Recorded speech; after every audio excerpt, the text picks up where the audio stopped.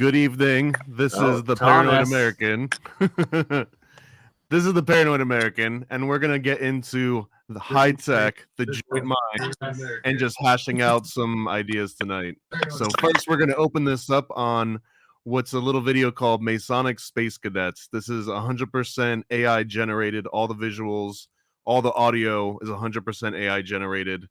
And this is a love letter to you guys. So here's Masonic Space Cadets, Ray Guy. A happy 420.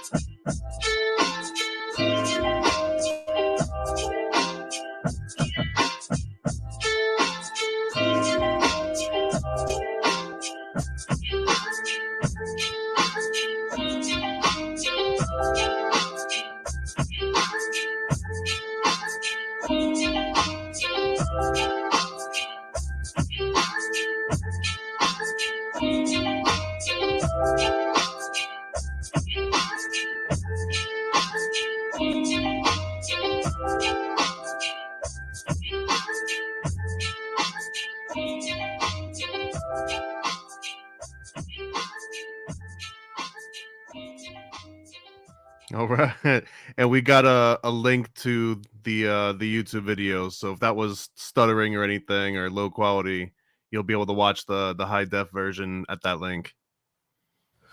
Indeed. Sorry, I was off the ball, missed it by a second. All right, we are live. It is 4:20 for some in the Western Hemisphere, on the Western Pacific side. In Australia, I guess your stoner day is over. We are here with Thomas, Paranoid American, myself, Jeremiah Pop, join the technicians, aka Exotic Propulsion, and the amazing Blake and Brent Cousins from Third Phase of the Moon, joining us from Hawaii, are you, I believe, today. And we are going to talk UAPs, UFOs, and all of that. Jeremiah will be right back. I guess he was just rebooting. And yeah, Blake, Brent, if you want to take it away. Hey guys, aloha. Aloha. Oh, What are you guys up to? I was just going through artwork, trying to figure out what's going on in the UFO UAP government realm. Your guys did a good video last night covering that, and good friends, partner channel, Jeremy Reese, the alien scientist, and Falcon Space, Mark Sokol were both there. You guys covered that. And then you also covered the one video that was released by them, and that you guys thought it might be like just a balloon, maybe a drone. And then I proposed to Rex over at Leak Project, who I have a upcoming stream with tomorrow morning. But if you've seen his work with the guy out of LA and these dragon drones, it kind of looked like a dragon drone to me. And I'm going to see what he has to say about that tomorrow. Have you ever heard of the dragon drones? And what are your thoughts on last night's or yesterday's proceedings? So is the dragon drone a metallic sphere looking kind of a drone? It comes in a sphere? Yeah, it is. And then the guy, he gets like the extreme high resolution caption frames per second or whatever, and that they move really fast off the coast. And that I would have liked to see it stop. I would have liked to see that sphere stop, take a right angle turn, just do something a little bit more less mundane instead of like looking at it's going with the wind. Some people are saying that can't be a drone. Drones don't move that fast. Well, in the wind. Well, it depends on how fast the wind's blowing, for one. So some people are saying it's moving too fast to be a drone. Well, what if the wind is 80 miles an hour? I don't know. What was it clocked at, this thing? Do we have the speed? Was it like? So I kind of had that initial thought too, but then it goes back a few days ago or a week ago, the Pentagon announcing that the Chinese spy balloon, before it got shot down, they actually had it recorded where it was doing figure eights over a couple of the military sites. Doing figure eights, so that like roll over these things, they do have different bits of propulsion on them too. And like you were saying, the wind quite possibly could have been just a balloon, right? Or just their latest drone or something like bunk. Why did they share this video anyway? Because it was concluded that they couldn't conclude what it was. So why even bother sharing it? Why even bother having, it's just, there's not much going on there. An unidentified aerial phenomenon, an unidentified flying object. That's where did dragon drone come from? Since we released those Tictocs, is whatever this thing is, right? So it's a diversion. Is probably the point. Where did the name come from? Go ahead. The dragon? Yeah. Where did the actual name for dragon drone come from? Like, why is it dragon drone? Okay. Yeah, so I was wondering the same thing. So that's what got my attention. You say metallic sphere, it's not as interesting, but you say dragon drone, I'm all in. All right, so it comes because it's more like they move like dragonflies, I guess is what it is. I'll load up one of Rex's interviews with this guy and find the spot where they're describing it for all of you, I guess, because you haven't seen it, and it'd be helpful for the viewers, no doubt. But while I get that ready, I'll take a couple minutes. Jeremiah, do you want to maybe first start talking about some of the propulsion stuff that you were going to describe with the cousins, because you actually are heavily involved with real science of these alternative anti-gravitic propulsion stuff? And what are your thoughts on all of the different declassified stuff, and where our current government military capability really is? Well, let me put it this way. Thomas Townsend Brown was doing this in the 60s, and the notes from his 3 of 4 total notebooks, the third one is missing apparently, but his family has taken his notes and digitized them so they're in actual text, which means they're readable. They still haven't done notebook number 4 yet, but it's coming. And anyways, in his notes, he talks about the testing when he finally got to making discs using something called a lofting cake in the center. Now, most people don't realize this. They think that there's, that the work of T.T. Brown was entirely related to field effects, meaning, electric and magnetic field fluxes. And some people think that the adaptations by Jean-Louis Naudin and many others, even Tim Ventura having plenty of background in this, that the adaptation called lifters, which was of course not T.T. Brown, it was a device based on some of his research, but they generate ion wind. However, they do not fly on ion wind. It's a very interesting thing. All I can tell you though is that it's been around since the 60s, and there's even talk of various people all the way back in like 1903 and 1915 that had flying machines operating by radio equipment. So how long have we had it? Gee, I don't know. I'm going to say at least for 120 years. What happened to all that tech since then?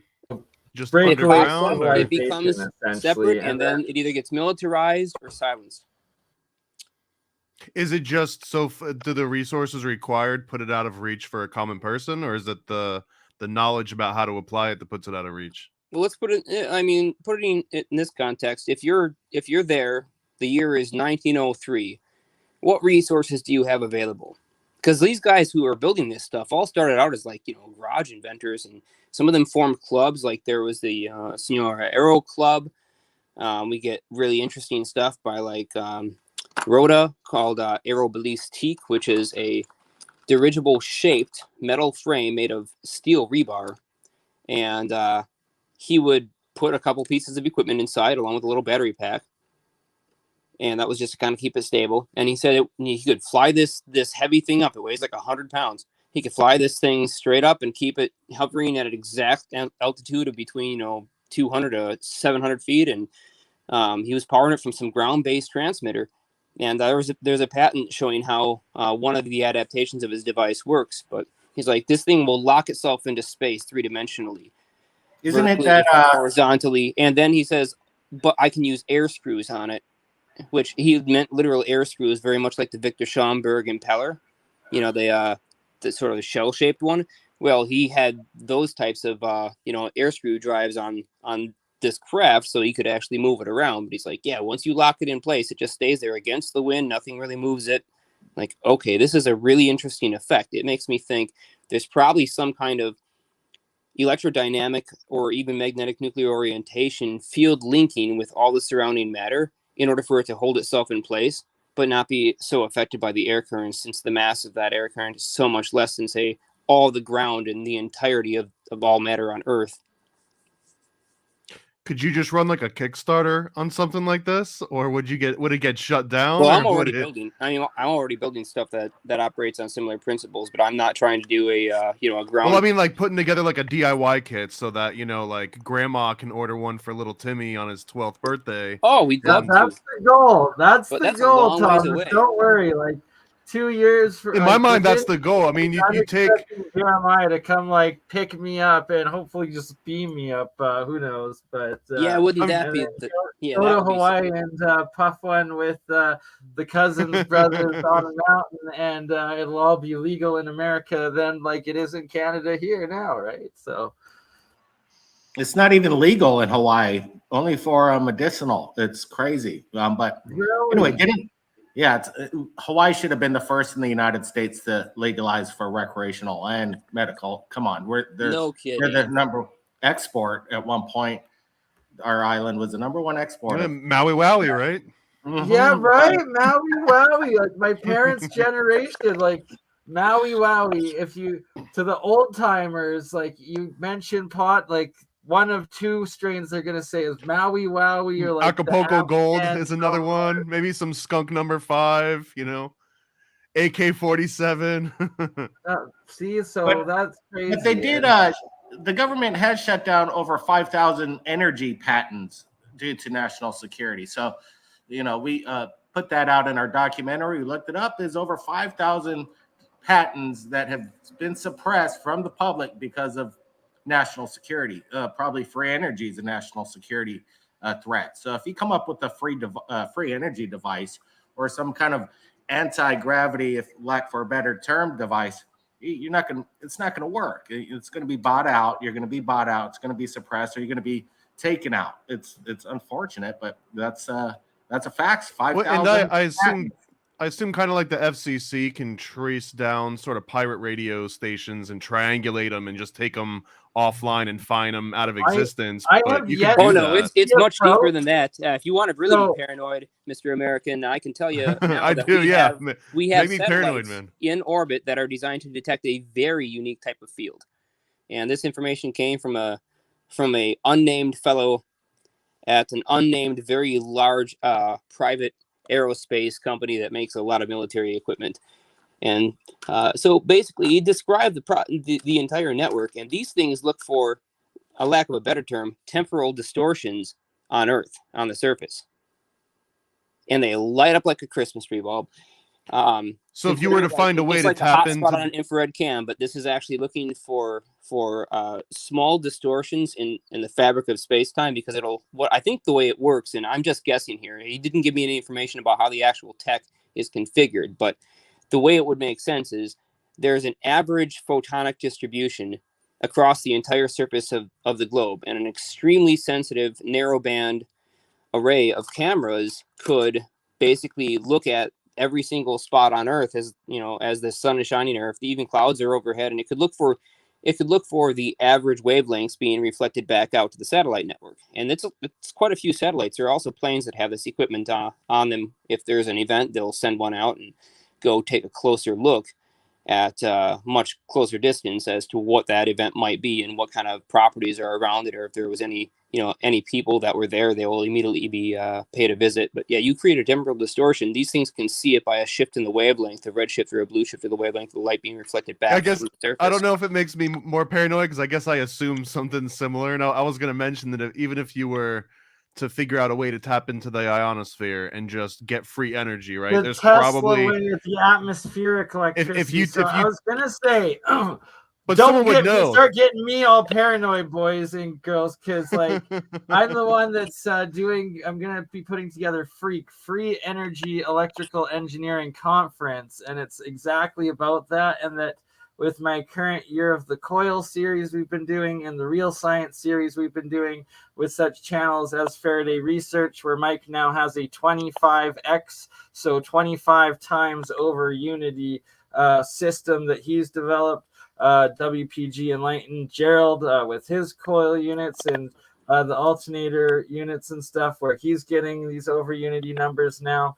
And then also the development of between my homunculus here, Bert and Ernie, these monoatomics, the colloidal waters, and the actual atomic hydrogen that gets produced out of electrolysis, and how easy it really is to convert diesel engines into hybrid hydrogen engines, and that you can actually, unlike Bob Lazar. So this is one of the reasons why I suspect against Bob Lazar, is because he makes things so complicated. Like he claims that, you have to make the hydrogen out of electrolysis, but then you have to get it into like this dissolved into crystal state, so it's stored in solid state, and then from there you have to convert it back into hydrogen and then use it. Where in fact it's as simple as, and there's so many examples out there on YouTube of people doing this themselves. I have yet to do it, but I've seen many of them, and where you just have 2 jars of salt water or water with a electrolyte in it, and next under your hood, and a pipe going into, like a hose going in with your diesel, and that you're turning the water directly into this atomic hydrogen and oxygen on site, and then feeding into your engine system, where that's clean, green, renewable energy, and it's taking 50% of the price you're spending on petrol fuels, and it's taking 50% of the carbon emissions out of the whole system. And it's so easy, and they keep saying hydrogen is the energy of the future, but they keep delaying it. Yet it's this simple process has been around and known about for at least 20-30 years. And then they killed the last person they murdered for it, I believe, was Stanley Myers, because his was way too efficient, where he was like, you didn't need any gas or any sort of hybrid, and it was a whole nother level. But that they need now, with the current climate of the geopolitical economic system out there, the oil embargoes and everything, and needing this green revolution to not try to control the hydrogen and sell the hydrogen that is going to be the hydrogen future, but instead let each person be energy independent or green energy, and producing their own green renewable energy, and not having to be in this oil slave system. Can I play devil's advocate just for a small portion of that? Please do. Always do. That's what it's about. So when I was at Disney, I actually worked for the Orlando Science Museum on a hydrogen exhibit. It was called H2 Now, and it basically explained how not just a single person's house could be run on hydrogen, but how all of the cars and the transportation and the entire city infrastructure could be run on hydrogen. Specifically, that like solid state hydrogen cell that you were mentioning, that's like the complicated version. And the reason that was so the reason that was explained to me that why you need those cells, and the analogy they gave was that, imagine if you lived in like a duplex, right, like a townhouse, and your neighbor that's separated from you by one wall decides they're just gonna play it loose and safe, or loose and unsafe, and just kind of like make their own hydrogen energy supply. And if something goes wrong, here's the thing. I can debunk that for you. Okay. Because please right do. here, running in front of you in Bert and Ernie, the electrolysis is making my own hydrogen nonstop. And like, I smoke around it all the time. I do leave ventilation open, but like, well, how much energy could that power your house? Could that power your refrigerator? No, this much couldn't. But I only have 5 volts going into it. Very, very small amount. Just so like I guess to extend that analogy, if you were generating enough energy from hydrogen, then it could power everything in your house, including your refrigerator and your AC, your HVAC. Those are the big big two, right? So if you could run, and your water heater, if you could run your water heater, your HVAC, and everything else, essentially, you would need enough hydrogen production that it would maybe become an issue where if you exploded, it wouldn't just take you out, you'd take your neighbors out too.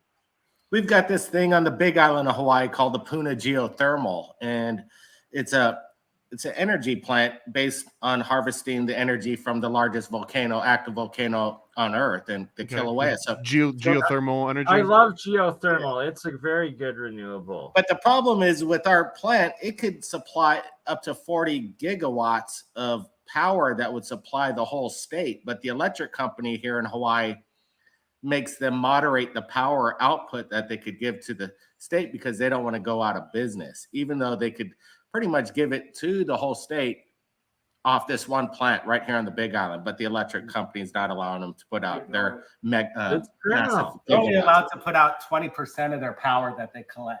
Yeah, it's literally criminal. And as like in the series of these free energy and understanding electricity and power and what it all is, and the difference between cold electricity and hot electricity and all of this, and DC and AC, you start to understand how inefficient the current grid system and like oil industry and all of it is, and that it's by design, and like that the original light bulb, like the original designed light bulbs, the first light bulbs supposedly ever were, lasted forever, and then they still burning as we intentionally speak. designed them to break, just like cars, just like Right, everything. they introduced like basically a disposable filament that would go bad after a while because of the way it was designed, which is planned obsolescence. They actually teach that at the Henry Ford Museum and the Edison Center, which is in Fort Myers, Florida.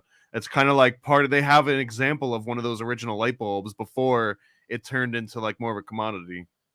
Right, like exactly. There's a big reason for that too. I mean, a lot of people overlook this when they look at the light bulb conspiracy, which is obviously no conspiracy. It's just, factual business. But the whole thing is light bulbs are modified not just for the sake of giving them a shorter lifespan, but it was to change the color. See, it turns out people actually got kind of tired of everything being candle color, having a more orangish, reddish wavelength output.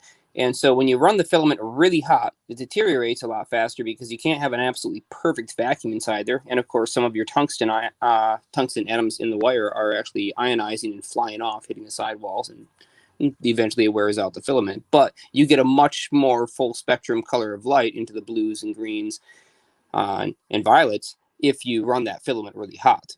And so it does shorten the lifespan of the bulb because it's evaporating metal vapor straight off the filament until there's no more filament left and it finally breaks away.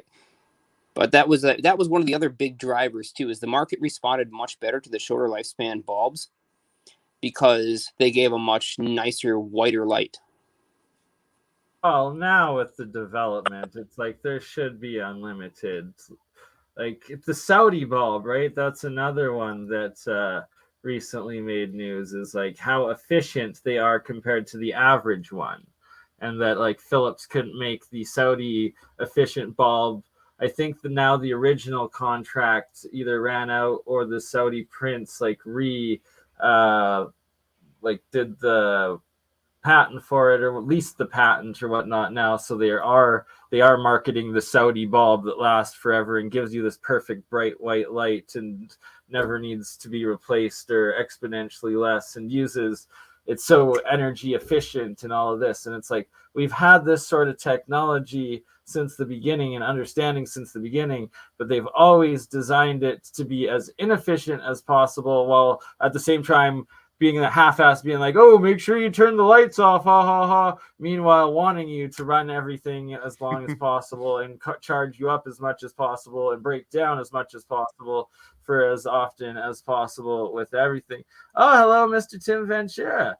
Hey. Tim Ventura. We've got Mark Sokol, Falcon Space. We have Liminal. We have Exotic Propulsion. We have Blake and Brent Cousins, Third Phase of the Moon. And we have Thomas, Paranoid American. Welcome, everybody. You know what? What an epic panel discussion right here. Bernie, thank you so much for having us. I hope I'm not over mic'd here. I'm just going by the auto settings. You know what? So Mark was at the Senate UAP hearing. I don't know if he's talked about that yet. You want me to find the link to the video there? Yeah, sure, absolutely. Okay, so yeah, he went down. That was some bullshit. He went there with Jeremy Riss yesterday, right? And so they told me that they were going. I was like, no, I don't know if this is going to work out well. I encouraged it. I was like, you guys do it. And you did. And you put your money where your mouth is. And good on you, Mark. And good on you, Jeremy, if you're watching. And we'll arrange one with Jeremy tomorrow as well with all of you. But I'll let you guys take it away because this is your guys' specific fields. Blake, Brent, Tim, Mark, and Jeremiah. Okay, there we go. So there's two links, right? So, and that's private chat, I guess, but you can rebroadcast those wherever you want. If you want, put those up in the show notes. So they told me they were going down, and I was feeling nervous, right? Because I'm like, okay, they look a little rough around the edges. I was like, dress up. He's like, no, I'm doing the t-shirt. I'm like, okay, are they going to get arrested? But no, so then a friend sends me this photo. I'd completely forgotten about it. I was at work doing my work thing. Friend sends me that photo that's on your screen. And he's like, dude, check this out. I'm like, holy crap. No way. And so I immediately Right? see And there's so Blake and Brent played the. So sorry to cut you off too. I just quickly have to say, Blake and Brent, you put this picture as like your main thing on the report on this yesterday on your video last night. I saw it. I was like, oh, like Mark and Jeremy, you did such an excellent job of placement across from each other too in the seats, like both showing how it wasn't even full. And there you two are, our boots on the ground, the actual two American reporters holding the government accountable. yeah. Can I get some more context on this? I'm going in completely blind here. So this was the Senate UAP hearing, right? And this was they had announced this, what they called an open closed discussion. I didn't even watch the hearing itself. But it was just kind of like an update on their status. I guess they had 2 new videos. One of those was obviously an aircraft, and so people were like, okay, this was kind of a non-starter. The whole event was kind of a non-starter. But the cool thing was, again, so Mark from Falcon Space and the Alt Propulsion Conference went down there. Anybody like Bernie has been at Alt Propulsion many times. Anybody who has been at that conference knows Mark, knows his experiments very, very well. Everybody knows Jeremy Reese, right? Like alien scientist. He has massive channel, 100,000 subscribers. So they sent me this photo and they're like, okay, here's this hearing, right? And there's Dr. Kirkpatrick, and he was the one who was presenting for a couple of Congress people or a couple of senators. And then right behind him, there's Mark. And then I'm looking and I'm like, wait a minute, is that Aiden? Right? So Aiden is working with Mark in the Falcon Space Labs. And then the person says, oh, and Jeremy's there too. Look over on the right. Oh my God. So that's crazy. And then after the hearing, they sent me this video. They actually went up to Senator Gillibrand and they were telling her about basically their research, right? And so one of Mark's key projects has been, as you know, it's the EPR gravity modification. And he can tell you more about that than I can. But he went up to her and he was talking with her about that. And then Jeremy was also talking about, I believe, Battelle or some of these private industries that he believes like UFO data has been given to. So. Right? Like just epic. Like, congratulations, guys. Like, yeah, real trudging through the swamps. Slow clap for the big brass cojones. Was this on like C-SPAN or anything? It was. And this was on like some military defense network channel. And then oh yeah, there was definitely some infosec guys watching Jeremy this with his arms notes. crossed, like not impressed with what they're showing right there. Like, yeah. But making the best of it, right? Like making your guys' presence known and like getting up and talking and stuff. Like it's just, and they only allowed 20 people in there. It wasn't even full, but we got what, 3 or 4 bodies in there.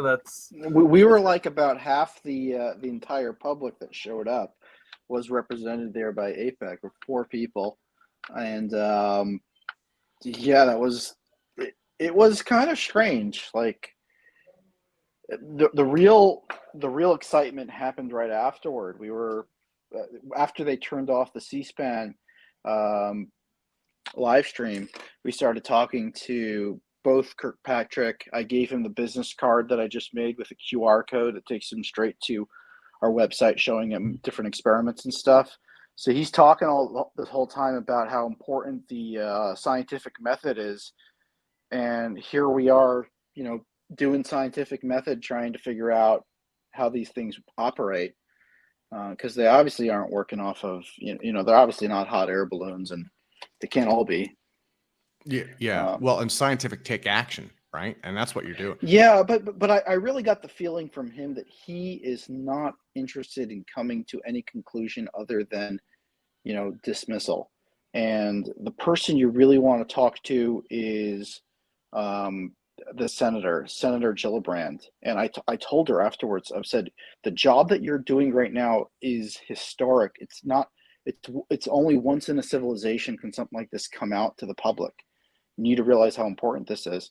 And Senator Gillibrand is actually from New York. So I was thinking of reaching out and inviting her over. She did give out business cards, asked us to reach out. She was much more receptive of ideas than Mr. Kirkpatrick, who seemed That's that he just wanted to awesome, turn though. he wanted to turn UAPs into SEPs, which means somebody else's problem. And he'll look at any UFO evidence that you bring him as just more work, because his job, he was hired to put this subject to a rest again, similar to Blue Book, and while at the same time giving an aura of doing a professional job. But the person he really needs to shut up is, calm down, is that Senator Gillibrand. So if she's still going to be on this committee that's looking into this, that's probably the person we need to reach out to. Steve, that's crucial, and that's what you find out by being there, by being present, by talking to them, and now you've got a direct connection in, and that we all now have to reach out to her and make her care about it and show her all of these different researches and show her that, like, hey, here's all of us doing this real science, the real scientific method, showing these different phenomenon and like repeating these results, and then giving them the ammunition to go after the ones that are paid to release a video of a balloon that they couldn't identify was a balloon, or whatever the heck they are, to try to get less work and instead bring them the real work and put pressure on them with it. Well, I want to give Mark and Jeremy and Aiden and actually Mark's girlfriend, who was there too, I want to give them serious points for having the courage and the motivation to go. I mean, to be honest, I don't think I'd have the courage to show up and do that. I'd have to change my shorts at least a couple of times. But I mean, they weren't disrespectful. I'll be that's honest. right. Give me a diaper, yeah. One, right? I'll be perfectly honest with you guys, because this is a small crowd. That really goes to my girlfriend Daria. She wanted to see the Air and Space Museum, and Aiden was really the push to show up at this conference, at this hearing. So if it goes out gets to anyone, the round of applause. Aiden and should get the four round. Of you did it this time, and next time we have to have 10.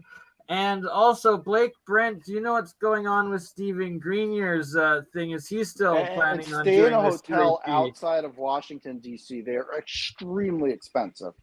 You know what's again, Mark? Yeah, great that you showed up along with Jeremy. I'm really appreciated that you guys showed up. It means a lot. We've been into Washington D.C. twice this past year, and we're going to be up there in June. And we also spoke with Congressman Tim Burchett. We're hopefully going to be meeting in person with him up there as well to discuss the subject matter. But I really like when Jeremy was going after Senator Gillibrand to make her aware of the Battelle company and spelling it out for her. You guys were doing great, and she seemed that she was interested in the topic. But then again, these politicians, it's interesting, some of that lack of knowledge in this, because everything's so black budget, everything's so compartmentalized. Even these politicians, our president doesn't have access to some of the technologies that's being hidden from us. But yeah, Dr. Greer's event, he did the Disclosure Project in 2000, one of the biggest internet displays in regards to the phenomenon. It was groundbreaking at the time, and he's going to be doing it again this June 12th. And he's going to be giving it away for free. Say what you will about Dr. Greer, he's going to be streaming it live on his YouTube channel, and he's got some whistleblowers that are coming forward. They got 4 terabytes of information, working with our friend Michael Schratt. So it's going to be incredible from what Michael's telling us. I think Eric Hecker coming all the way from Hey, Alaska. I actually gave Michael Schratt about 1 terabyte of that on a hard drive. Yes, I gave him a lot of that stuff. Yeah. Right, so that's still yet to come, though, right? So it's that was Sean's database, right? Wasn't that? We have to have exactly. That was database. Yes, that was Sean Terran Earthlings. Database. He did like several. He did like probably 15 years of research to build that up, along with all the stuff that I contributed to it. Him and I back in the day, we had this great idea of making a database for one compiled source of information, and I was there mostly in the beginning, and then after that, he just took it way farther. And Yeah, now shout out it's to this Sean. massive- Yeah, Karen thank you, Earthquake. Jeremiah, for mentioning his name. I forgot And his name. Blake Uh, and Brent, we should I- get you access to this database too, because it's kept growing. And like Alien Scientist was the one that introduced it to me, and now it's like it's taken off the life of its own. But Terran Earthling Sean essentially is the wizard of this massive Google Earth drive full of everything that is legitimate in the metamaterials, the anti-gravity, the over unity, the UAP, the UFO, and like all of these treasures of the legends, like lost works or suppressed works. Like it's all in this giant drive. And that, yeah, we encourage the more the merrier to work on it and access it. Yeah, yeah. Well, Bernie, can I do a shout out for Alt Propulsion? I want to get people to 100% register. Let's get people to register for the conference. We're going to start doing sessions again. Like everybody who's in the studio today is probably going to end up at that conference in one way or another, right? I mean, Mark, yourself, Jeremiah, Pop, you guys have all spoken there. So we want to get that rolling again for this summer. We took a break. I mean, it was, I think after 2 years, we were all just exhausted. And so we've been able to kind of recharge our batteries.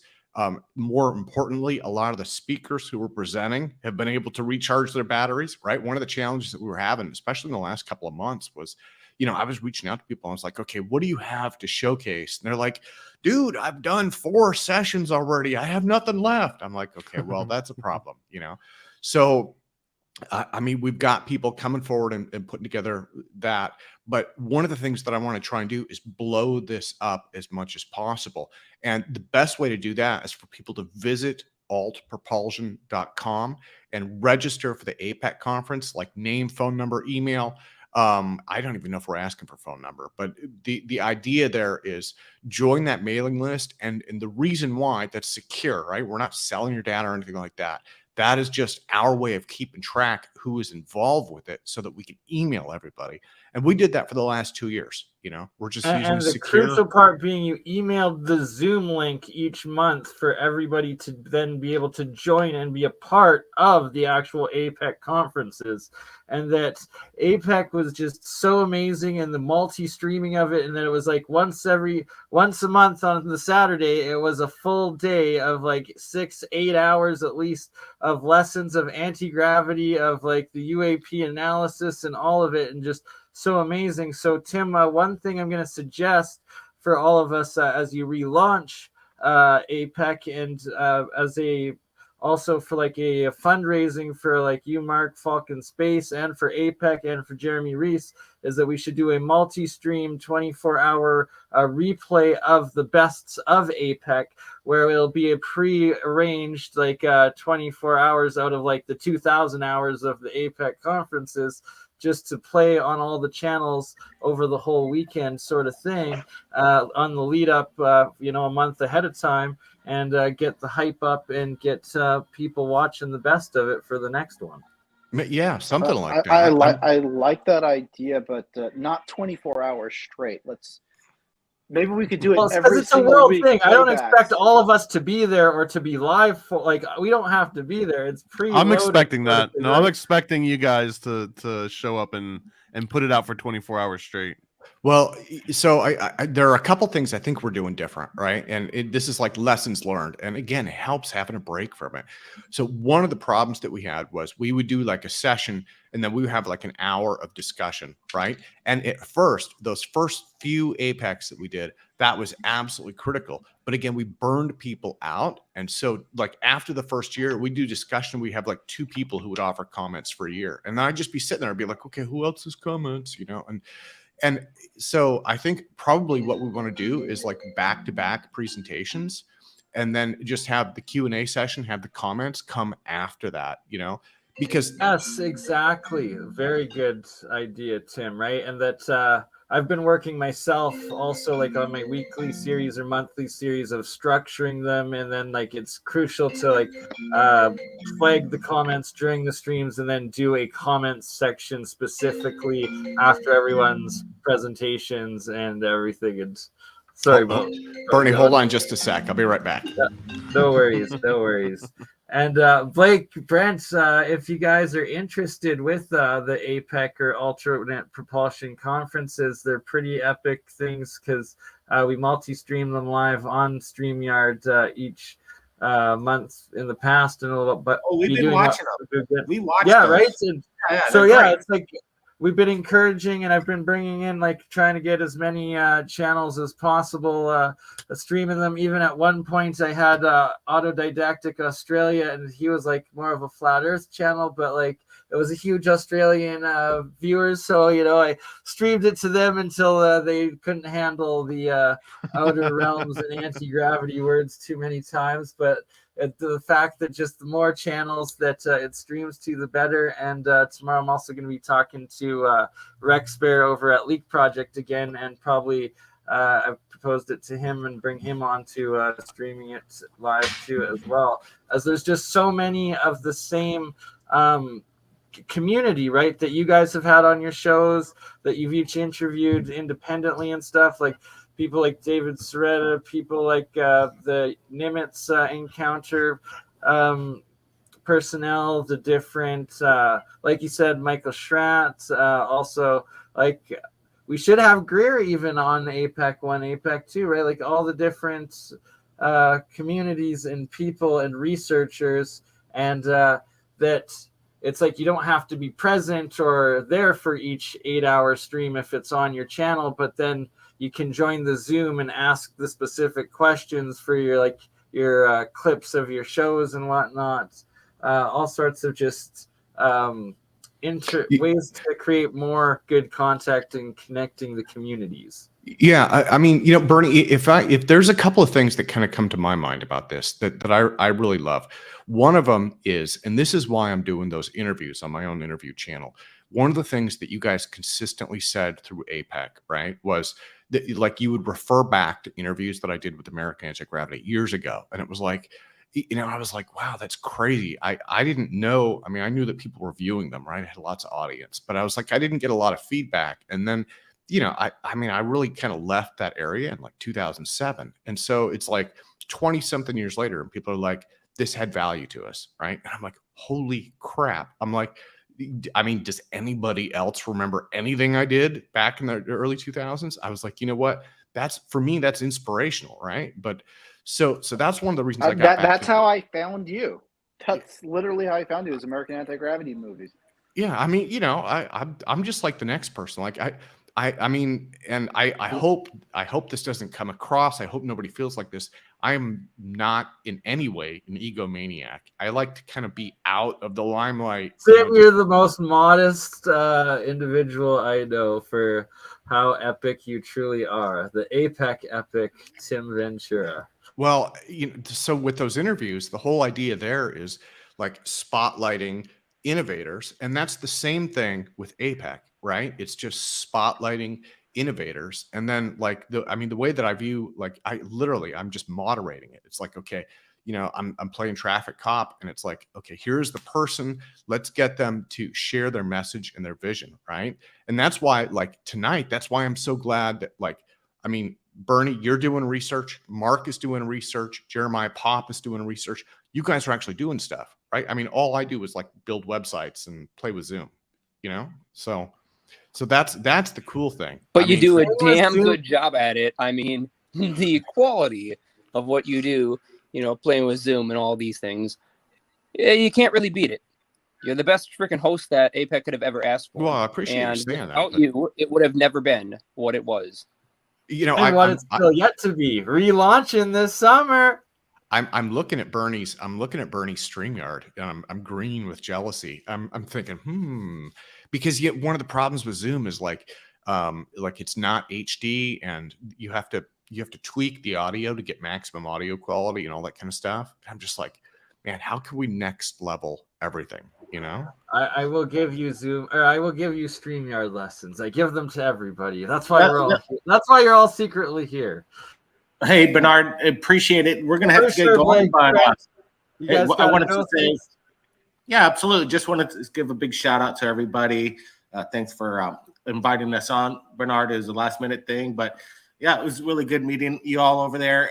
Eric, Propulsion, and Tim. Keep up the good work. Yeah, we've been watching your Apec stuff, and that streaming's not easy business, and you're making it look pretty effortless. So And you guys go forever on it too. So hats off to that. yeah, keep it up, guys. For And, sure, Okay. bros. And I'll email you about with Jeremy tomorrow on his schedule and try and get him on for you on your show tomorrow night if you want.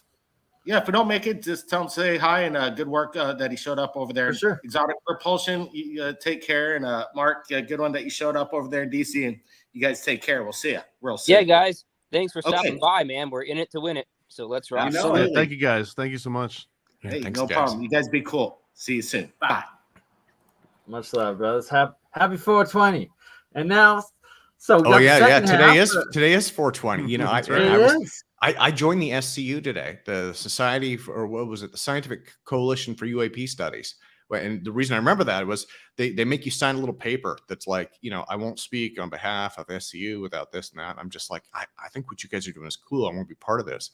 And they're like, put the date on now, like 420. Whoa. Yeah. Ooh, okay. So we can finish off the first hour with the UAP, and to tie it all in with Rex Bear and Leak Project, who I have an interview with tomorrow morning. Here's his video from today on these dragon craft or and the guy filming them and whatnot. That it's a whole new type of UFO UAP, and that I'm going to talk to him tomorrow. What I suspect, if it is these dragon things, that they just did the crappiest video possible of one of these potential drone things that these guys are onto, and like acknowledged it was real. Either that, or it was just a bunk balloon or drone or something that they couldn't officially identify, so they used it as the one piece of new video that they showed at that briefing or whatever yesterday. But here's Whatever it was moving fast. So this is one from the briefing then. Is that what you're did saying? this video come from that is not DC one briefing? from the briefing. Okay. No, this isn't the video from the DC briefing. This is video from off the LA California coast of one of the LA police helicopters or military, I think it is. And that the guy's showing that he always sees them flying around every time. So he has some sort of like radar detector things over the bay, and then they go off when one of these things approaches, and then he has I believe very high frames per second photography, as well as I believe also maybe infrared or something else. I'm not. Well, I'll let. Hopefully he covers it in this video. But yeah, I'll just play a brief section of it so you guys can get a picture of it, and then get your guys' opinion if this could have been what that was at the Pentagon, and what you guys think of these things. There are just two of them. I gotta get closer. He just got tagged twice, right at the engine. Whoa, radar's going crazy. Boomer boost. Hey everybody, Rex. We're doing. We could be opening portals. Granted, there's safety backup systems in the universe to prevent that, but we could be pressing that safety issue, that yellow zone. This is the image from the Mars Curiosity rover, and you can see these really. That's very close. Now think of this concept. Cells, balloons, Earth drones. I have 3 Earth drones right here in my neighborhood, over 150 feet. All 3 got tagged. I have those videos. I have those interpolations. I've given you 400 interpolations. I'll give you all the video you want. And so your viewers, if you're serious researchers, I'll share my videos with you. Just ask custodianfile@gmail. Custodianfile@gmail. I will send you all the video you want. This is not top secret. It's not 1920 anymore. Everything's top secret. We're not there anymore. This is this information. This is for humanity. Now this is your footage right here. This one, right? Oh yeah, anything timestamped. You see the timestamp? Okay, yeah. So look at this, folks. You're going to notice this come in from about the 11 o'clock position, 10, 11 o'clock. Here we go. See it? And it goes right by the rear rotor. Yeah, right by the rear rotor there. Watch Yeah, this again. yeah. That's close. That's very close. Now think of this concept. This is the police helicopter. This is the LAPD. Who would be as a joke? Who would fly their drone as a joke up to a police helicopter? Could a bird do that? Birds are easily identifiable. And when you slow it down to 12%, they don't even move. See, like the helicopter's not moving? Birds don't even move. This is 12%. Look at the speed this thing is. The helicopter is 40 feet long. Look at this, the speed this thing is moving at. It also seems uniform. Like the speed seems uniform, whereas bugs are more erratic. Now look, so now I'm saying, okay, I'm trying to debunk this. I'm like, all right, let's say that there's a bug that, no, I'm just doing, just go along with me here for a minute. So let's say a bug flies right in front of the camera. It's going to look like it's a lot faster, but if it flies in front of the camera, it's going to have different characteristics. Would it not? Would it have different? And also this one, you can, in my opinion, you can tell it's not flying right in front of the camera because it looks like it's much closer to the actual craft right there. So let's watch this, folks, and let's watch it again. Here we go. Yeah. Well, there's also something called a plane of focus, where the first plane is in front of you 3 feet away, and then 10 feet away, and then anything after 30 feet is infinity. So the helicopter is at infinity. So this bug, if this bug was right in front of me, you wouldn't see it because it's out of focus. You wouldn't see it. There you go. And if that's a real bug, you're not going to see a real bug a mile away. That helicopter's a mile away. You're not going to see a real bug. You're not going to see a piece of rice at a mile away. That's a 10-inch object. If you notice the pilot's helmet, approximately the silhouette is the same as the UAP, because the UAP, the Dragon, is 10 inches and the pilot's helmet is 10 inches. That's how you know how close it is to the helicopter. And I have thousands of videos of the police getting tagged by these dragons. This was on the Discovery Channel. This video was on the Discovery Channel, flying with birds, and the birds didn't even move. Look at that. I mean, it's right there. Just that rotor alone, the wind current should have sliced it up. It's so incredibly dangerous to be under those rotors or anywhere next to them. Incredible violence, the air currency. And so if this was closer to the camera, it would have a different type of focus. Well, you wouldn't see it. It would be out of focus. You totally would not see it. It would be invisible. It's called a plane of focus. Okay. There's flat planes in front of you, and the further you go out, the closer you get to infinity. Wow. That's pretty basic in film school for a film director.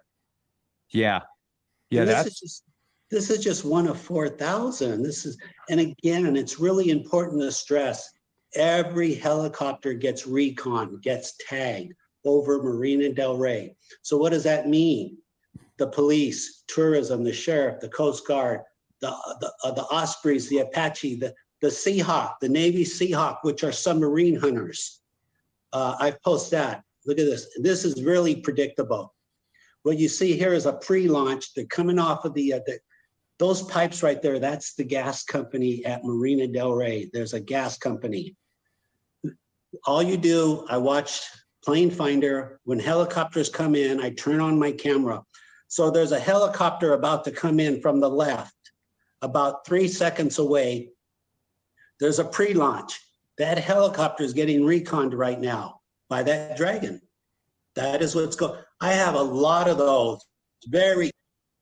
Sorry, it was 4:20, so I had to blow my weed hoot on camera, but then I had held it for too long and no smoke came out. I just paused that for a second. I'm gonna continue to let it play because that first one, it wasn't really the best example. He literally has thousands of examples of these things, and he shows that he has like his radar detectors out on his desk or out on his deck, like set up for towards the bay, and then you'll always hear them go off, and then you'll then see the camera footage catching them, and they'll usually either just like fly by, or then it's like I don't know. I'll just let them play. I shouldn't be trying to describe it, especially after just taking some marijuana. Easily predictable. All I do, again, I wait for the helicopter. I know there's going to be a pre-launch. I turn on my camera. I so easily predictable. How do you predict bugs and birds? And come on. Yeah. You can't. There's, like I said, there's thousands. My dream is to put all 4,000 or 5,000 videos in a supercomputer and figure out. Oh yeah, great idea. Yeah, help me out here. Here we have a news chopper. Look, the news chopper and the airliners. They're getting tagged by 2. Look at this. Actually, there's 3. I saw 3 of them. Yeah. Unbelievable. Okay, real quick. You see this white airliner. There's 2 runways to LAX, one from the east, one from the north. This white airliner's from the north. They fly over the Culver City, California, the airspace over Culver City. When they get exactly over Culver City, they get tagged. This is like gravity. You can predict this like a science. You fly over Culver City airspace, you're going to get tagged by these. I just took one today. Maybe you can show the brand new one. I don't even do these anymore because they're so easy to do. I got lucky here. This is a news chopper, happens to be flying by. And by the way, he's flying by with his radar turned off. He's flying by with his GPS off. So he was officially, look how close it came to that helicopter. This is crazy. This is ridiculous. How far away is the plane from the helicopter? That's 8 miles. That's 8 miles. And I just recently figured out, because it was driving me crazy, why do they only get tagged right there? So when you look on Google Map and you go straight down, there is a power substation, the Edison Power Substation. It is the largest one in Los Angeles. It is 3 blocks by 3 blocks. And the Dragons are recharging. They're coming straight off the ground and they're reconning those jets. That's what's going on. That's what it's got to be. I mean, when you come out here, Rex, you could record 5 videos an hour of those airliners. I'll tell you, so when your viewers see your videos in 3 or 4 months, if you want, you can record 30 videos a day, 30, 35 videos of airliners alone, not counting the police or the army or the tourism that will be coming in. Yeah. It's a predictable science. And again, I just paused it quickly because Alex Dunn's comment, it's a great point. I remember that video, and it does look like one of these dragon thingies that goes by when it explodes. I remember that, recall that. After this is done, we'll find that video. But you know, it's interesting, Bernie. I mean, now that you know the codes, anyone. Oh, so when I talked to Sean Cahill, he said that him and Lou Elizondo went down to Ensenada, right? And that's a little bit further south. I mean, you're going down past San Diego into Baja California, but he said that that's off the coast of where they saw that Tictoc. And he said those are so common down there that it's just like a local legend. You know, he's like, yeah, this is what we saw. We were on the on this ship. And the locals were just like, oh, yeah, we got those down here all the time. That's super common. Right? So that's what I'm saying. And that it's like, could these things essentially either be drones or droned artificial intelligence, or like some sort of higher dimensional physics, or like travel into space-time? And that it then... are there these different types? Because then also inversely down in Argentina, as well as all the way to Antarctica, South Pole itself, the nonstop legends of the UFO activities there, but that they seem to be these different ones, and supposedly like Fourth Reich or who knows, or Greys or whatever the heck, but like that could they each be these different supposedly outerly dimensional or innerly dimensional or space-time dimensional craft and alien or societal existences or technologies or something. Well, and do these come after any helicopters and any planes? Because they mentioned the news station and the police helicopters. So now we're talking private and public industry, right? So does that mean that if you've just got your own helicopter, you might have seen one of these? And maybe you can fish out helicopter pilots that own their own helicopters and run just like the tourist ones that might know a little bit more about these or have seen them firsthand.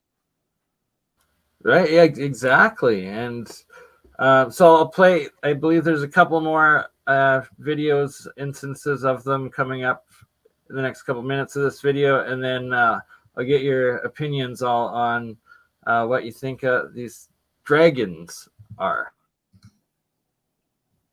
You can do this. You can go to an airport, and if the runway happens to be over a power station, even better, even better. They love electricity, these things. I got a friend that lives in Kansas, and he's not far from a nuclear power plant. And he's got another place in Florida, and there's a power plant close to their house. And he's been talking about putting up a camera system because of this, That's all because you of got your to work.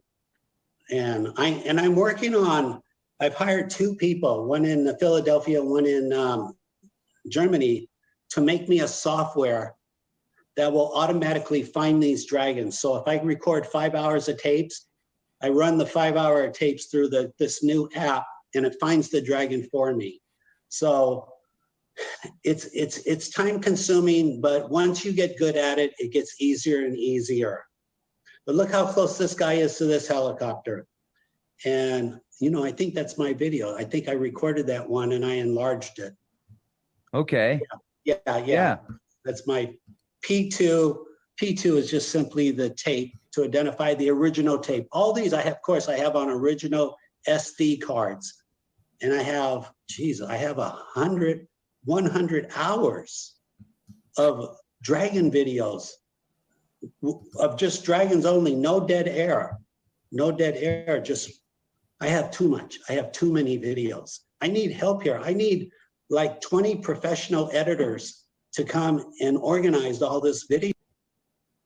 Don't we all just need 20 professional video editors to come organize all our videos?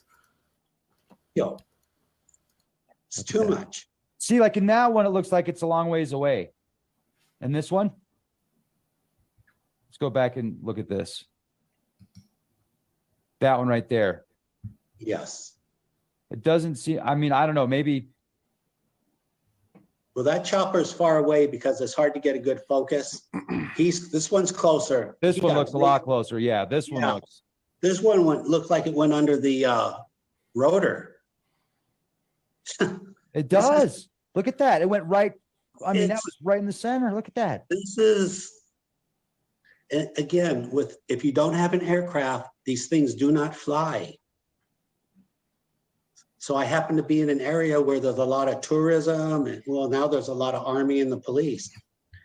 This is a hot zone. This is a hot zone. Why? Look, I don't want to claim I know it all. I don't know anything. I know a little bit about pharmacy, and that's it. Okay. Right. So please, I'm saying to the scientific world, take the videos or come out here with all your instruments. Bring the best you have because you're going to need it. You're going to need it.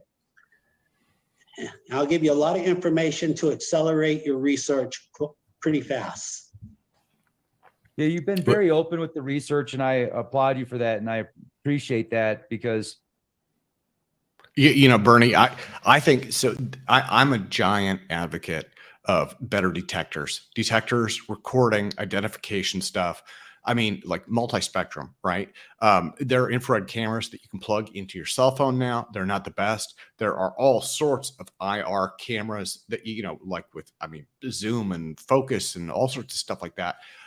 There are also, this is something that I was looking at last year. They've got little UV cameras now that you can actually attach to a drone. You can fly around with a UV and get that spectrum. And so that's starting to come forward too. Really? You know, and the then, LiDAR drones too. Yeah. So dude, LiDAR is really easy to work with too. It's such a simple technology. You know, it's just like the more you can get, the better, right? Because I mean, there's so many things that we don't know. And then, you know, maybe it'll like help elucidate stuff that, you know, I mean, maybe it is a bug, right? Maybe it's just a bunch of bugs. I mean, maybe the guy lives over a hornet's nest. And he's like, they come out when the helicopter's there. Well, yeah, because they're bees. They're pissed off. You know, I mean, who knows? But, you know, by like having better data detection, like you're able to tell what's going on, right? And you know, maybe exactly. So why I bring it up with such credence is it's like this guy approached Rex, I think about 2 or 3 months ago. They did their first episode, and then they've done about 4 since. But what the development is that the LAPD and then like the Air Force or something have like since approached him and like started getting briefings from him since he first went public with it with Rex or something like that. So it's like I guess they are legit or legitimately looking into his work through the official establishments now, I guess it would be appropriate. Should we all be taking life policies out on these? Well, that's good. You know, camera stuff is really hard too. I mean, like, so like I do photography, right? I'm not very good at it. That's my amateur hobby, but I have a pretty good camera.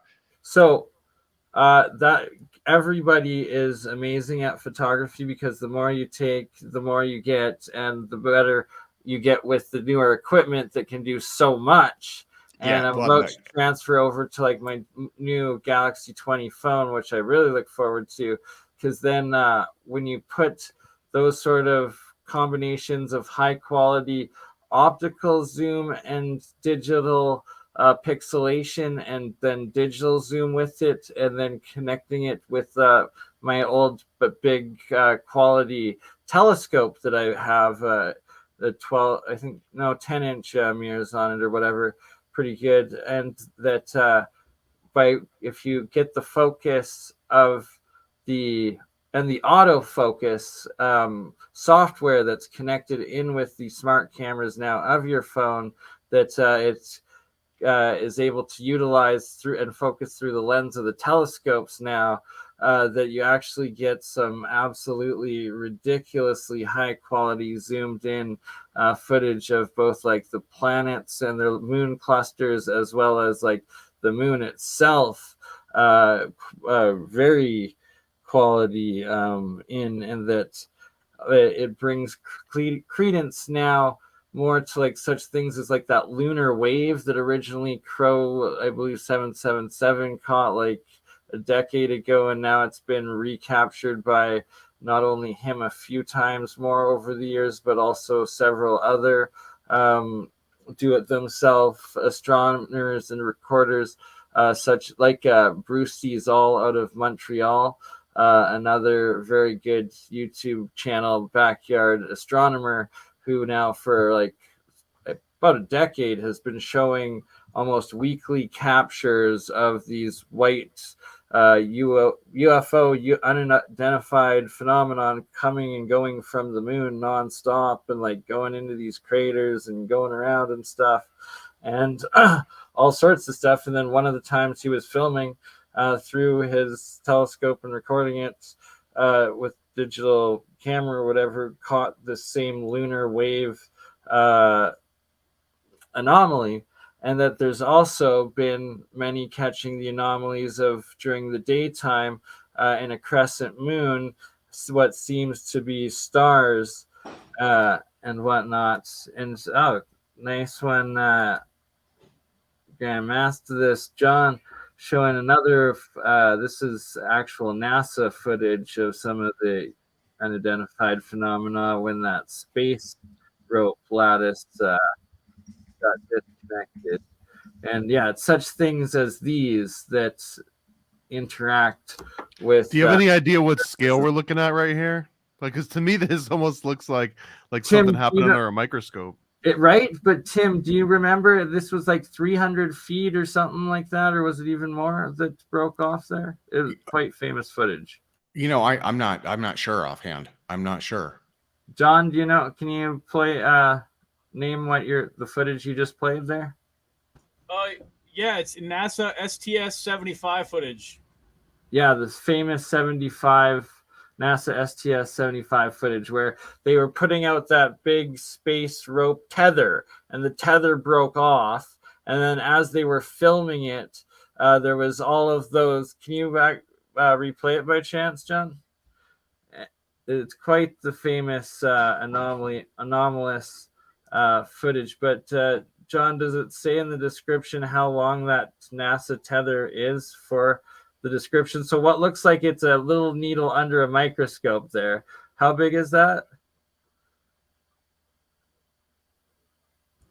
You said how big is the tether? Yeah. I'm not sure. I'll look it up. Okay, thank you. Yeah, I believe it's like at least. I don't remember for sure. I think it was like it was 300 feet or 300 meters. Yeah, right, or meters, exactly. Right, it was one or the other. Look at all this stuff swarming it.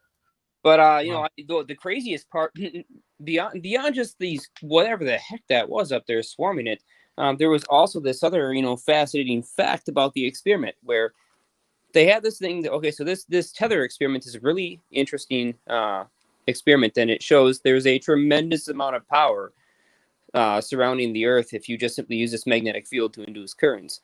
So consider it like a the Earth's magnetic field at any given point may not seem that strong, but when you actually go far away from the Earth and take a look at the strength there, it is intense, like far more powerful than people realize. And so they just took a satellite, hung a tether down from it, released this thing, and just let it drag through the Earth's magnetic field. So it generated voltage across it. Well, apparently that was so much power that shortly after releasing the tether and unraveling it all the way, the thing started to glow on the inside, melted itself, and then sprung back. I'm not sure if that video that video doesn't look like the tether though. Yeah, it is. No, Tim, look up honestly if you can. I'll try to look it up here, but I'm suffering bandwidth while playing, streaming the different stuff. Or John, did you get the info on it? That STS. Oh no, I can't find it easily. I don't know. Okay, I'll try to DuckDuckGo it here. This looks so much like the old school game Asteroids. Like I'm waiting for that little stick to spin around and start honest shooting. to God, there's a full footage of it where like you can see from the astronaut, like from the shuttle. It broke off from the shuttle. Like that's the shuttle right there, right? Okay. I swear it's super famous. So the tube is basically the lattice that broke off, and the phenomenon is all those little like amoeba looking creature things exactly swarming it. Okay. And the luminescence of them all too, right? Like they look like that's incredible. There's like little jellyfish looking ones and you little got donut it things. Yeah, that's interesting. Yeah, no, it's super famous, and like it's been on a lot of the like famous UFO documentaries and stuff over the years. Like it's an official NASA footage, and like this one's new to me. So when you say NASA footage, maybe it did come from under a microscope and they're just messing with us. Right. Could be too, but it's like then is that soft disclosure that like, oh hey, look, here's our live event. Oh, it went wrong, but what the hell is all of that out there? Oh, clearly there's life. Good deal. Bernie, I got to bail out for the time being, man. Thank you for having us on the show. That was super 100%, cool. Tim. It is always a pleasure, my brother, and look forward to the relaunch of Apec and helping out with it and getting it all organized. And let me know. Yeah, it doesn't have to be 24 hours, but a portion of the 24-hour stream that I will be doing for the Weekend at Bernie stream. I would love to be 8-hour or 10-hour or 12-hour, however long need be, replay of the highlights of Apec over the first 2 years and before the next summer episodes. Good deal. Hey, thanks again, guys. Have a great evening. It was nice meeting you. Thanks, Tim. Thanks again. It was great to see you. Tim Well, I'm is glad you guys absolutely- brought that up because I seriously had never seen that footage before. Yeah, no, it's super freaking famous. I'll I have to thought I look was into it looking more. at someone growing crystals for the longest time until you started He- describing it. okay, you're literally describing everything that went through my head the first time I watched this, Okay. and then it's like I've literally seen it in like 30. Okay, I'm different looking at pond UFO water. Someone got water out of their pond right now, and they put it under a microscope. Yeah, right. And like the little petri dish, and Yeah. this amoeba's gonna eat It this says- freaking targadin bear, the space targadin. Whatever. It the heck it is. says it says 1.2 miles to 12.8 mile Wow. deployment Okay. ranges. Is that? I think that's the length they mean. I'm not sure. It says verify tether control and dynamics from short 1.2 mile 2 kilometers to long 12.8 mile 20.7 kilometer deployment ranges. It was interesting. I liked that he said that he'd try to hire someone in Germany and somewhere else to essentially make special software that would just analyze his footage. And I think that's a great use of AI because you could probably take all the footage that you've got and train some kind of AI on it that says, okay, here's an example of what I'm looking for, and then here's another example. Right? And after Here's you give this it enough phenomenon. of those, Here's this yeah, dude. phenomenon. And that, dude, now that's we the found perfect 20 more of example. this phenomenon that you missed in the- these past fit, right? Like, yeah. And it's a great use case for AI because you know what you need to do. It would just take you a very long time to do it. And you don't need it to like make any kind of critical decisions. Just, hey, here's one of those things I'm looking for. And if you could train the right model, sorting it could just through digest and, it. organizing critical data, and that it's even better because it's using AI to verify and organize real phenomenon and like evidence instead of creating fake pictures, artwork that then gets used to discredit or be claimed to be real when it's not, and get the focus off of these actual real cases of obvious phenomenon that we have no idea what the fuck's going on. Like that literally looks like a fish tank, a pond, your petri dish of microbes, like, and it's plasma, who knows? And they claim that's 1.5 miles, either the distance from the camera to it or the length of that tether. Is that what the current official theory is, that we're just looking at little balls and amorphous blobs of plasma? Who knows, right? Like a lot of inverse or devil's advocates, the flat earth community or the religious, a lot of people they believe that there's the waters above this what is either a water or a plasma gelatin sort of barrier or goo, I guess primordial plasmatic watery goo of a universe, something Okay. like that. And then if Yeah. what we just saw, if that is legitimately what it was and to the proportional scale that they claim, strike one to the evidence that it is. But then again, it's coming from never a straight answer. So we could be looking at deep sea creatures, except this deep sea just happens to be in like a bubbled shell, 8 miles above our heads. Yeah, I wanted to ask if we were looking at a magnification or a zoom. I believe zoom, right? But Yeah. it's like it could be inverse. Exactly. You know, Like, hey, is there any way that you could find the video of the tether snapping? Because that would get a lot more. That's what's missing. Yeah, exactly. If you could find that, John, that would be perfect and complete. See, like this looks like amoeba territory, but I don't know. Right? We're all saying the same thing. Like Yeah. that's the first reaction that comes. Like,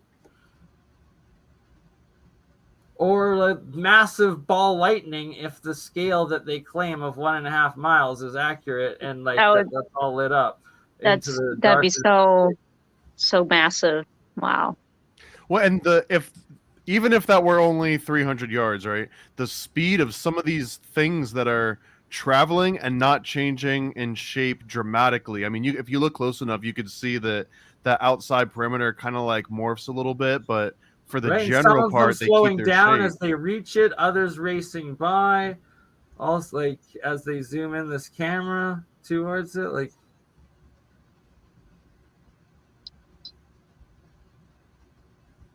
That is a very structured form we're looking at. Very curious. Right? Like this has blown my mind for literally 2 decades since it first came out. Like it's every time This kind of looks Thanks, like Jeff, for what bringing we this up. observe in crystal formation. Sometimes there's these bridges in the crystal lattice. They form these fine needles. It almost looks exactly like that, except it's not connecting to any larger, crystal formation. So I have no idea what I'm looking at. Form as it snapped off once it fully deployed off of the shuttle, and then it like charged with energy. Then it like froze at that as it is like that right off, and been that since. Right, you don't see any ripples, waves going through it, anything of the sort. It's the only shape like that in the whole frame that we're viewing right now.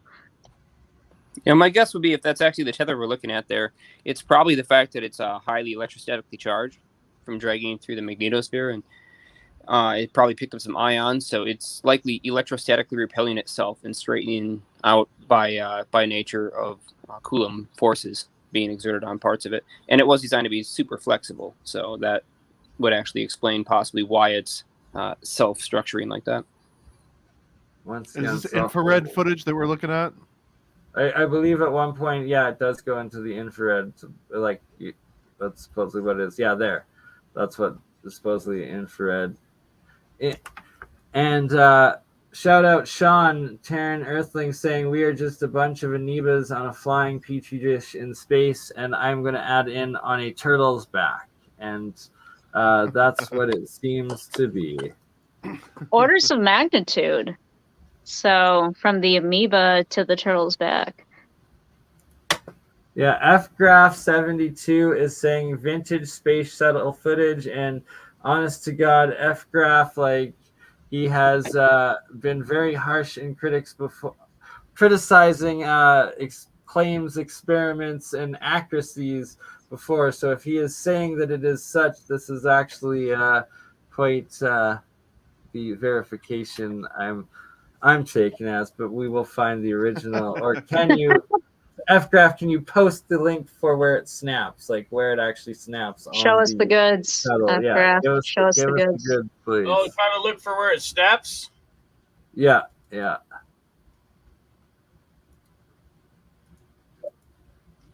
STS-75 snapping tether. Show us that snapping tether. Give us the space leather, or under the leather, the snapping tether, all charged up. And when did this happen? What year was this supposed to have happened? 96, it says. This is a 12-mile tether. Damn. 12 miles. Yeah, I was saying 300 feet or 300 meters. 12 mile. Exactly. It was 12 miles. That's how 12 big miles. it is. Wow. Okay, Yeah. that is not at all what I read. But that would be the entire tether. Are we seeing that's the entire tether is 12 miles long. Where okay, so where is this? In the upper atmosphere? In space? Where is this? Low Earth orbit. Going, I believe that's going out towards the moon from like low Earth orbit or medium Earth orbit, maybe. Whoa. Okay, that looks like calligraphy. Right? Yeah, that thing got all kinds of spooled up. Dude, that looks like calligraphy. Somewhere, like Middle Eastern kind of calligraphy. Like, holy crap. This experiment was so ridiculous. I love everything about it. And can you play from like the beginning of when it was still connected before it snapped? Like, we need to see like the actual astronaut supposedly on the shuttle and like releasing this. Wow. Sometimes NASA that is incredible. Then we can officially believe that we are not just looking at a petri dish and telling us. Dude, that I know it's super hard to buy it. When you look at it, it's so hard to buy it. It really does look like under a microscope. Yeah, the whole zoom problem and the focus problem. I mean, that stuff is. Come on. Okay, so what year is this experiment from? I think 1996 or something. Okay, the 90s. Or 2007. I'm not sure. Let me look. All right. And what was the experiment? Like, what was the condition? It says February 25th, 1996, and the altitude at which it was deployed was 296 kilometers, placing the tether system within the Whoa. rarefied electrically charged layer of the atmosphere known as the ionosphere. It almost looks like a filament inside a light bulb for a second there. Yeah, I was thinking that Right. too. Yeah. Yeah, what they wanted to figure out is if they could actually use magnetic Wikipedia. fields in the tether and combine them with the electric charge by controlling what was on board, and hang tethers down from satellites eventually, so that they could be steered and controlled entirely by energy they picked up from Okay, the so ionosphere through the I magnetosphere. swear to God, I've seen the. So, like, okay, little is this it? Tesla Is that tentacles. the tether? Is this the Yeah, tether basically. being deployed? Please. So I think it was swear I've seen mentioned. it. What's the altitude of that footage we were looking at? Some people are curious. 296 kilometers. Okay. Yep. Someone wanted to know the cameraman's position from the phenomena he was looking at through the camera. 183 miles. 183 miles. Wow. Yep, and the ionosphere ends at around like 190 miles. That's They insane. were Right just at the tickling edge. the edge. It was They were right just at the edge. They were tickling the edge, putting testing their toes 12 in the mile water. long tether. They were testing connecting the shuttle and deploying it through, breaking that gap from the ionosphere into the outer new, I guess, sphere, whatever it is. No, Water. that's Is it fascinating me water? because- did that go into water plasma that was then swarmed by No, it's not plasma about that, jellyfish? Bernie. Like, So here's honest the to God, thing. if like what the fuck happened there, and like, because if that is Yeah, legit, why did it look like a petri dish? Why were like these floater type of organic things surrounding right? it? Like, because John, we need you to find the full footage of them like actually like unveiling it, spacewalking out, unveiling it breaking, and it going into that petri We need dish. it in I know I've 12K, and we I need it know from I've 5 seen different it in angles. full. Yeah, if you I can know, find that, swear I'd to be God, amazed. I've seen it in full at least once when it first happened. Like, it's actually legitimate. Like, unless it's a freaking Mandela effect and just all been slowly edited through time. And once we're done with this, we got to get Thomas to start making us some I'll say UFO aliens. NASA has never deleted video footage, so there's nothing for us to worry about. Oh, great. Yeah, never a second. They You know, don't have complete buildings filled with departments called scrubbers working on the best image editing. you get a scrubbing weird looking service space they ever rock do. flying across. They get skittish and they just cut the footage. Yeah, every single time. And usually it's not a space rock. Usually it's like, what the fuck portal, or what the fuck sort of. It's like, we can't let you know about the people on the moon. But here's the thing. There's this.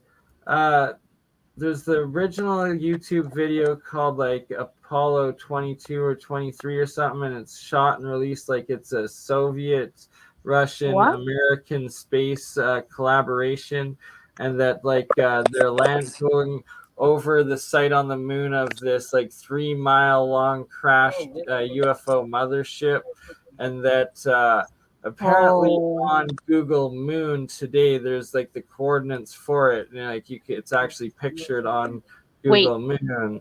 Google Google will show you those coordinates, or are they blacked out? No, supposedly yes, they are, from what I've heard and seen, and I haven't fully looked into it and verified it, so I'm gonna do a follow up. Every time any country gets close to the moon, they act like they're going to show you what the probe, satellite, etc., is feeding back to Earth. You know, you might think recently in the last few years how China sent something up to the moon. And once they got over to the dark side of the moon, they just kind of cut the footage. I don't know if it was pressure from the UN, whatever. So this mile ship. No, is we were just told it was on- radio blackout. Radio blackout because the moon is blocking all the signals. Whatever. Yeah, That that's does make so sense. convenient sounding. Well, Radio they- blackout. But That's why they have 3 satellite drones that they have orbiting around the moon to reflect the signals at all times. And you know, how about all those moon rocks they brought back with elements in them that the average person will never get to inspect or hear about. Exactly. There's weird stuff in these moon rocks that they're not telling us about. Yeah, like Sean, I'm going gravitational to send you the isotopes and link, and types of Simon will also send you the link right now to join, boys. So I believe Terran Earthling has the full video link of it actually deploying, so we can all watch it. Or is this, John, is this where they're actually going to, this is the control of the guy about spacewalk and deploy the tether? If we're watching this from beginning to end and verify this, we live in a jellyfish plasma sea. Whoa. Yeah, this is it. This is it. Yeah. Fuck yeah, it is. Oh my god. It like whoa, what are we looking at right this second? them like starting to spacewalk and then like deploying Wow. that's into the tether, yeah. The ball. Oh, that is cool. I have not seen this footage yet. Yeah. Is this some strange like maglev like structure going way up? Exactly. Who the fuck knows what it was testing? So this is literally right at the edge of the ionosphere going into the new whatever sphere it is. Oh my goodness! I love that you is this on the moon? Is this on the? This looks like it's on the moon. That is way too cool. That is so freaking dope. And it is maglev. It literally is. They were trying to make satellites go up or down. It looks asymmetrical, but these curves are actually quite symmetrical. They're quite uniform. There's a pattern that keeps repeating. That whole thing unfolds and stretches out.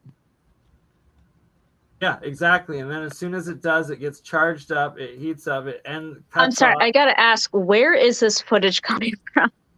We got John Grandmaster UV playing it and on his screen, and yeah, this is official NASA footage. Okay, allegedly, where is this located? Way to go, UV, dude. Dope. Do they tell you where this is located? What we're looking at? 890 something kilometers above. It said, right? Above Earth? Yeah. Wow. Right 296 kilometers. 296. Sorry. It looks like it's emanating almost from some kind of craft. Yeah, it is. It's deployed from the space shuttle. It's literally just deployed from the space shuttle. Wow. And so this is them doing that 12-mile long and then that big ball freaking whatever the heck charge technology, the machinery they have in that, and that they're reaching out right at the barrier of our ionosphere into the next whatever sphere that is above us. Did they tell you the material construction? Yeah, there's claims for what it is. Who knows what it actually is? But maybe, John, do you want to just quickly rewind it deploying one last time? Or yeah, I guess let it play. I don't even know if that's the deploying. I don't know. Yeah, this is it. That's it deploying. Like so, they press the button of it coming off the shuttle, and then. So this is all Apec footage. What was their goal? What was their goal doing this? Officially, yeah. Do you want to read what's never a straight answer? Yeah, no. The goal was pretty clear. This was to be a electrodynamic. Yeah, look at the squares, gold and silver. Look, is that gold and silver alternating, connecting between each two layers there? Gold, silver, like. My guess would be gold plated brass, gold, something else. Is that really an interlace of gold and silver? Wow. Isn't it just the tether that's supposed to be carrying the energy though? Like, wouldn't this lattice be like insignificant? No. The lattice is extremely significant. Yeah, extremely. That's a stacked battery. By having the alternate gold, silver plated layers, it might look all squiggly, but there's a repeating pattern there. That is a lattice we're looking at. Yeah, so that's why it creates so much energy and probably some sort of spinning crazy solenoid freaking coils in this thing, right? And like a dish reflecting back, who knows? Well, come on, what happens when you drag a magnet past a conductor? There you're looking at a stretched out conductor. The Earth is a big magnet. I just really want to know the material science. How do they make something that is 12 foot off of the craft and is holding just fine and steady? Now, there's the info they won't be releasing. Well, we can speculate, right? What Well, I can look has at been it. I don't think that's speculated? the tether. It's likely to be. What Just based on the requirements. Yeah, it's not a let's just tether. It's speculate for a freaking- second. What No, could so- that be made of? Well, just the gold, silver. Think if like the crystals you're building, like that sort of crystalline plate, but then the electrolysis or electroplated actual gold, and then actual platinum or actual silver metals on those crystals, and that's why we're seeing the. It gold, looks like some silver, kind of super antenna.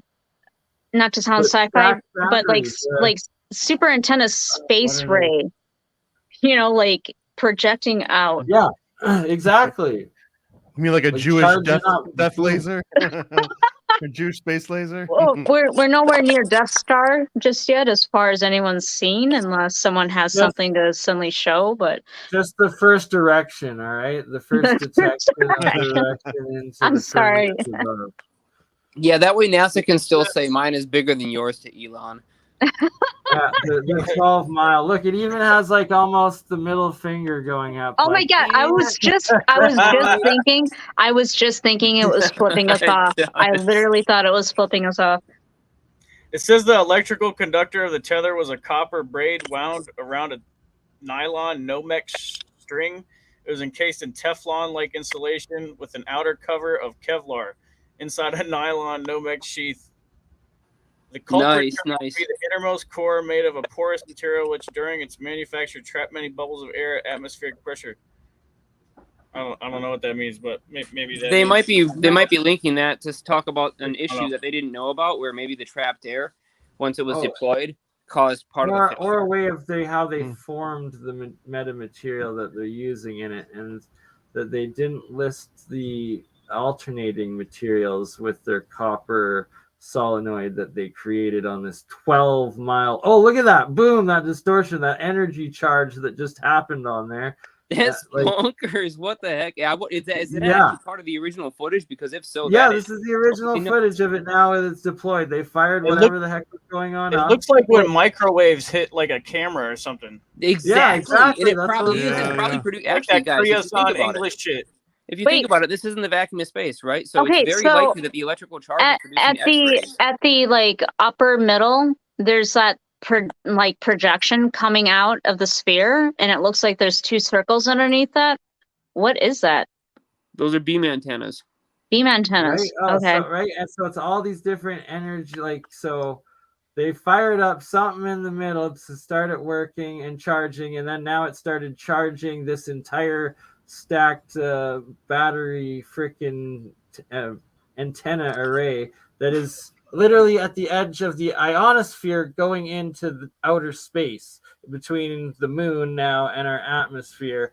And then look at how far, man, that is amazing. Even stronger distortions as it continues to operate and charge up, power up. Is that freaking 4 or 5 beams of electricity now forming around there going into it? What the hell is that? It's probably X-rays. It's very likely that the electrostatic discharge from that thing is producing a crap load of X-rays that are screwing with the cam. Oh, I think this is the deployment of the tethered satellite system. Yeah. So it's a small string that's actually attached. You can't really see it there, but it's a small string. Oh, there you go. And it's deploying with that orb thing at the end of it. And it's going out and getting longer. Okay, cool. So this thing right now it's being dragged and it's coming close to the ionosphere. At some point, it's going to begin to pick up charge, and when it does, so much current will flow that it's going to completely boil itself and snap. Were they expecting this, or was this an unexpected? They had no idea there was that much power. They expected about 1/20th of the power that was there. No, and see, this was all filmed live, and it went wrong, and it snapped. So now it's snapped off, and so that's where it starts to curl up and look like that calligraphy worm thing. Like, let's let it play the whole way through, and then watch it get swarmed by these plasma jellyfish or whatever the heck is supposedly 183 more miles out there. That gives us the perspective of this thing being 12 miles long as it fully charges and erects again straight to the 12-mile length. Like, it's kind of absurd when you think about it. Wow. Oh, what the heck? See, yeah, they cut it for you a thought second. they were gonna have a continuous shot. This isn't a Scorsese film. This is NASA, my friends. All Man, right, you so are on it officially today, it was UV. cut, Like- and now are we watching Amoeba? Oh man, they cut it off right before the good part, man. To be continued. Tune in next week after this ad from Coca-Cola. So let's watch from how quick it repicks up and see if the same, or are we just watching Never a Straight Answer, Straight Lies. But that was crazy how whatever the fuck was powering up started creating that field that distorted the video and everything all around it.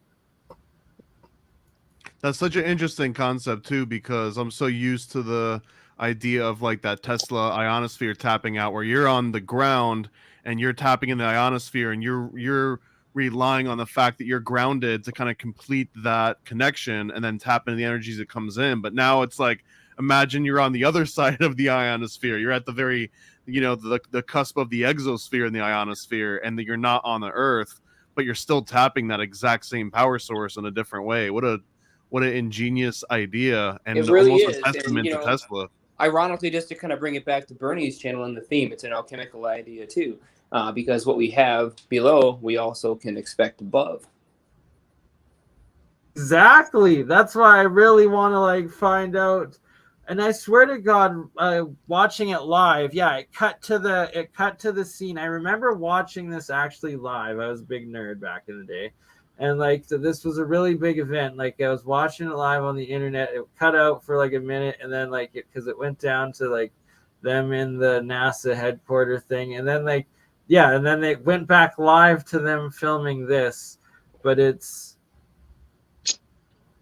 does it show that guy out on from the deck of the shuttle filming now and zooming in and out, and then it switching over, giving both the infrared perspective as well as the regular camera that shows him on the shuttle zooming in on it. I swear there's that footage somewhere. Hopefully this is what you got. It's pretty epic.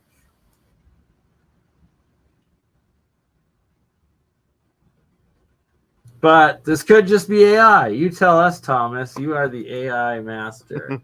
Are we looking into? I think that Earth view was fucking fake. Yeah, oh, sorry. right? I don't mean to curse. No, the panel to all, right? No, Thomas. Let's get you to make an AI attempt at making the same. Let's see how well we can fake a petri dish that is outer space. Oh, an outer space petri dish? Yeah, sure. That sounds fun. Right? That sounds like a fantastic idea.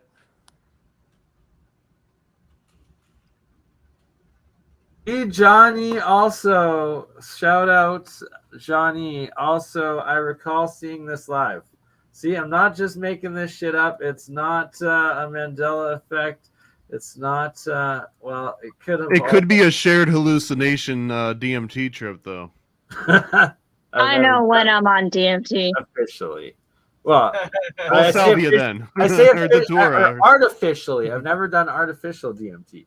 Apparently, you do it when you're born, you die, and when you sleep in a certain level. So, for all of the times that has happened, I guess I have, but Even the grass growing on your lawn has low look, levels. this is him zoomed in on it as it's as it's starting to float away, and it redeploys. That's a really nice close up. This wow. could have been why Damn, dude, John is on. This is dope. Yeah, I swear to God, whatever is up there and what was ever going on, this was the last time it was live, and they did these sort of things, and then they just shut everything down. And we have to keep in mind the critical part that this is the separation of that ionosphere, the ions, matter, energy, whatever the heck fields that are then between Earth, and then the moon, and then whatever is outer space, the heavens above, whatever you want to believe that it is. And is it water? Is it jellyfish? Like, as if, like, it's literally showing it just going out, and the size and the perspective, and what the heck are these things we're about to see?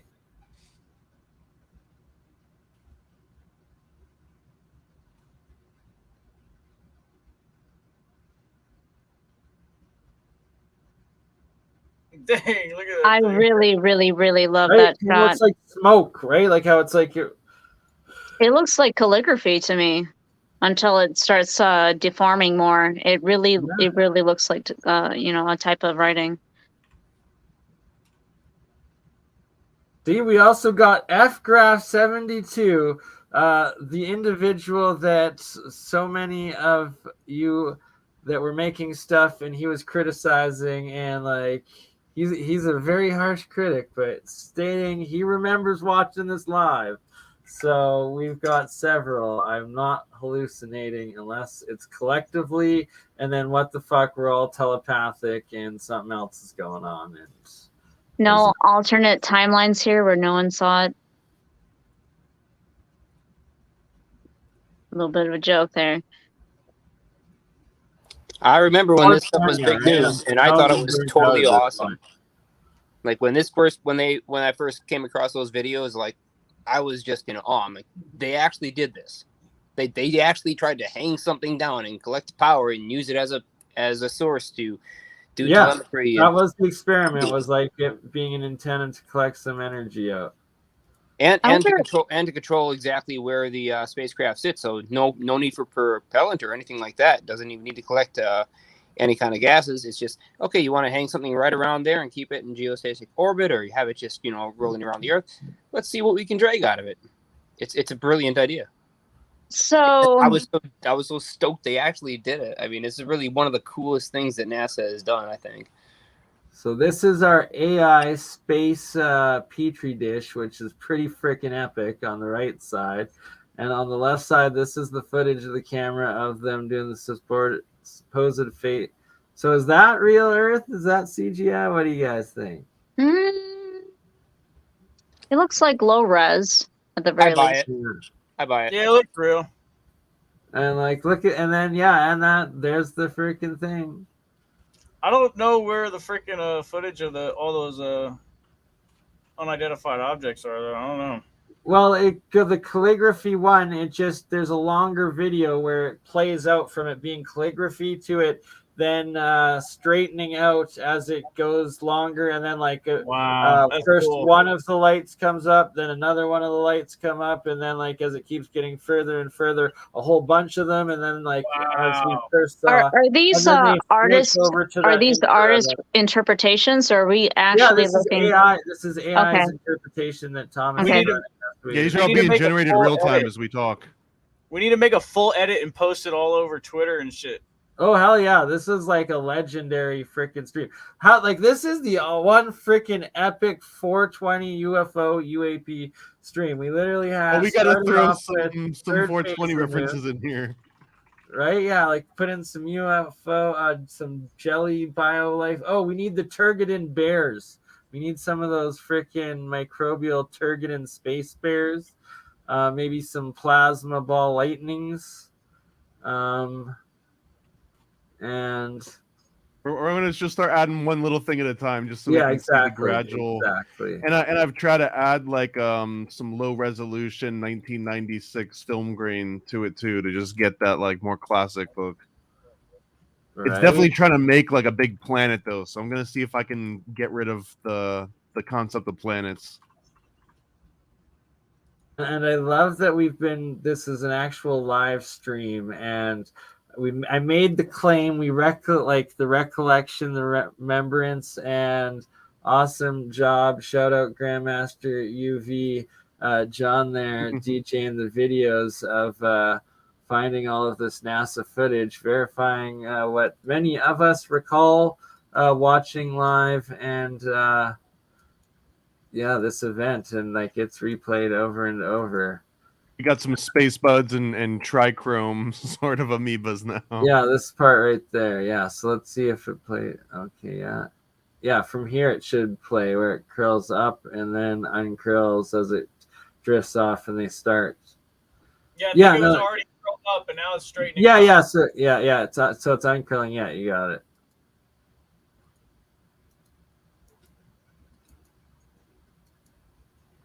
I'll have to turn some of there's these into curled up. animations too. Yeah, 100%. Right? Like this is freaking epic. And like for a UFO stream, like overall, like starting off with third phase of the moon, Blake and Brent out of Hawaii, and all the work and videos they've been doing over the years. So they're the second largest YouTube UFO channel at 800,000 subscribers, and that they've been large enough. Like they said, they've been to Washington 2 times already this year, and that the more people they're holding accountable and these movements and actually interacting with, like Mark stated there, the one lady was a Republican senator that actually took things serious and getting her contact. And before that next Apec conference, we are all going to have to email her with all of our evidences and the file and shit, I keep forgetting to send the link to Simon and Sean Terran Earthling, and Terran Earthling that has that Google Drive, so are put together so well.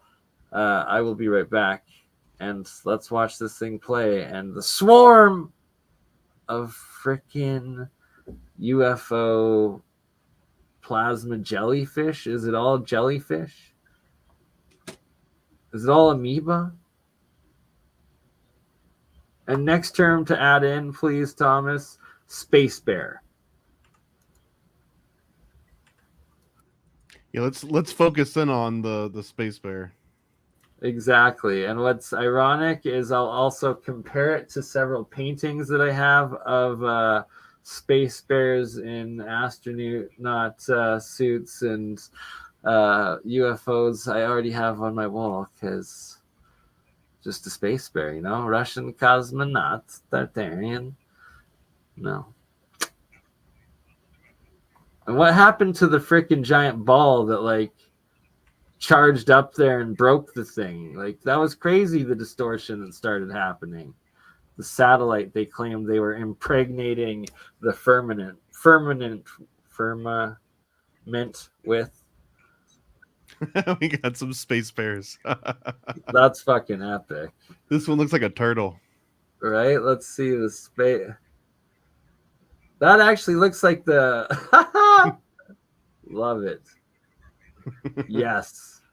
Oh, man, that is awesome. Oh, dude, these are wow.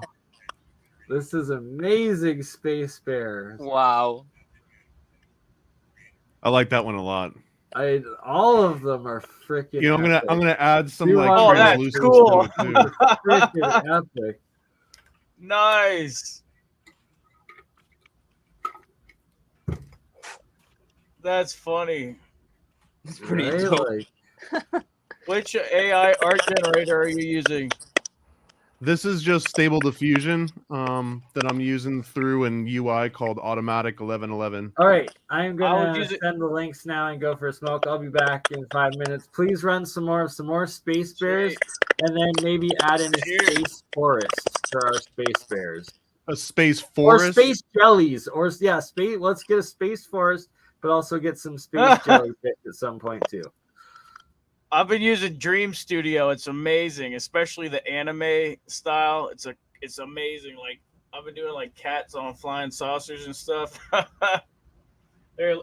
show you guys. Yes, I'll you show are. You guys.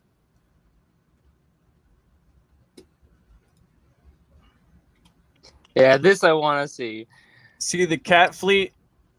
Cat Fleet Okay, 69420. we'll switch over to you in just a bit, UV. But Bernie's got to get back, so he's just a bit preoccupied for the moment. And right now, let's take a look at the Space Bears, and then we're going to jump over to that when he comes back. Yeah. What else? What else was he asking for? He wanted like a space forest or something. Jeez, I don't even remember at this point. It's Bernie. It could have been anything. Okay, let's just add a space forest. Space forest, space jelly. Oh shit. That was kind of cool. That was kind of cool. It was like you were saying it from outer space. Looking at the looking at these space bears, right? The echo really does work. Was that intentional? Not Probably for longer than 2 seconds. What's the time? I'm a potato rainbow.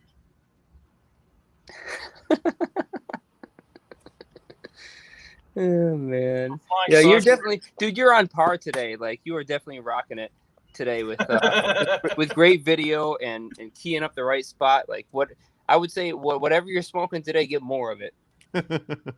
Bro, have you seen my Twitter? You gotta follow me on Twitter. What's your Twitter? I don't do handle? Twitter, dude. That's the thing. You gotta get on UFO Twitter, homie. Why? What's UFO Twitter all about? UAP Twitter, UFO Twitter, UFOs, every hashtag. What?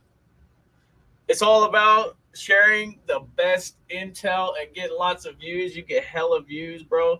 I've been getting thousands and thousands of views each thing. Like, Nice, right? And that's what it's all about. And we are streaming live to Twitter right now, both on Paranoid American's Twitter and my Twitter. And you could be streaming to your Twitter too there. Speaking of it, Grandmaster, and just hit the share with my audience, and you could be streaming to your YouTube and your Twitter as well. yeah, maybe I should stream to Twitter. Yeah, 100% connect it in, get it going, because we're already on a couple. And it's all about these multi-streams, getting it out. And I'm also on we're streaming to Facebook, which I'm getting thousands of views on each episodes and each of the shorts I make on per account on the 2 accounts. And then I've got 2 Twitters, and then I've got the Twitch, and I've got the Instagram, and I just restarted on TikTok again. And it's like, so I make a short, these 1-minute clip highlights out of these streams. I make about 3 to 5 of them per session or per episode, and then they go up on, I guess it's like 8 or 10 of the between the Facebooks, the Twitters, the Instagrams, the TikTok, the YouTubes, and each one of those then gets thousands of views, so that we're getting tens of thousands of views per short per stream, and then the stream's also getting the thousands of views on all the YouTube channels that they are multi-streaming onto. So it's getting out there, and that's just like as it's live and in the first day. So imagine 3 to 4 years from now when these things start getting hundreds of thousands of views, and on all of your channels like Paranoid American, in the year from now you'll definitely be monetized and have 5,000 subscribers too. Yeah, let's 10x this, man. Let's get it from 700 I'm to 7,000. all about that 10x in. 10x in the team. All right, okay, so you guys continue. I'm gonna have a smoke and finally email the link to Sean and Simon and be right back. And these are the space jellies now by special request. oh, redirecting back to the application. Okay, Yes. so let's see. You gonna do it? And then combine them in a space forest in the space petri dish, and we have one homunculus universe. I like these ones. They kind of look like angel trumpets, like little datura flowers.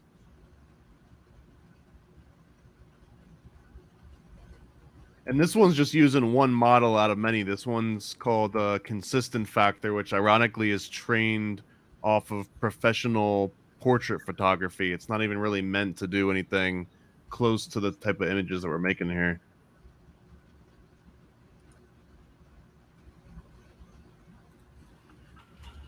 All right. We'll add Streaming Space on Forest. Twitter.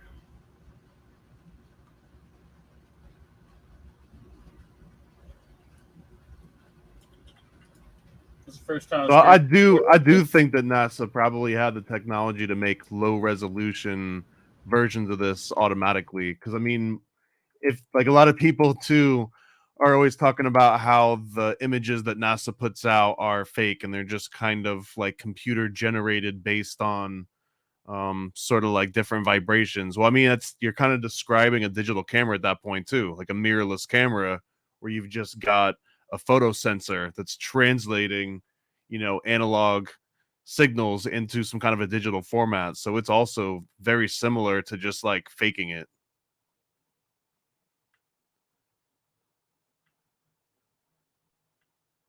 I think these ones are actually the closest we've gotten so far to that weird like space amoeba look when the tether split off and it had like little floaties kind of spinning around it.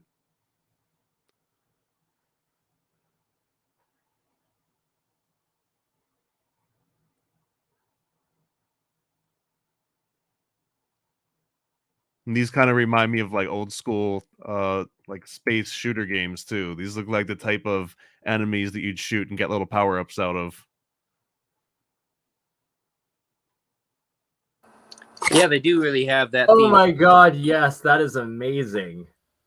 This is all amazing. Please continue doing more of these. Wow. And Thomas, we gotta turn this into the eventually the Adeptelkhemical NFT Philosopher's Stone collection.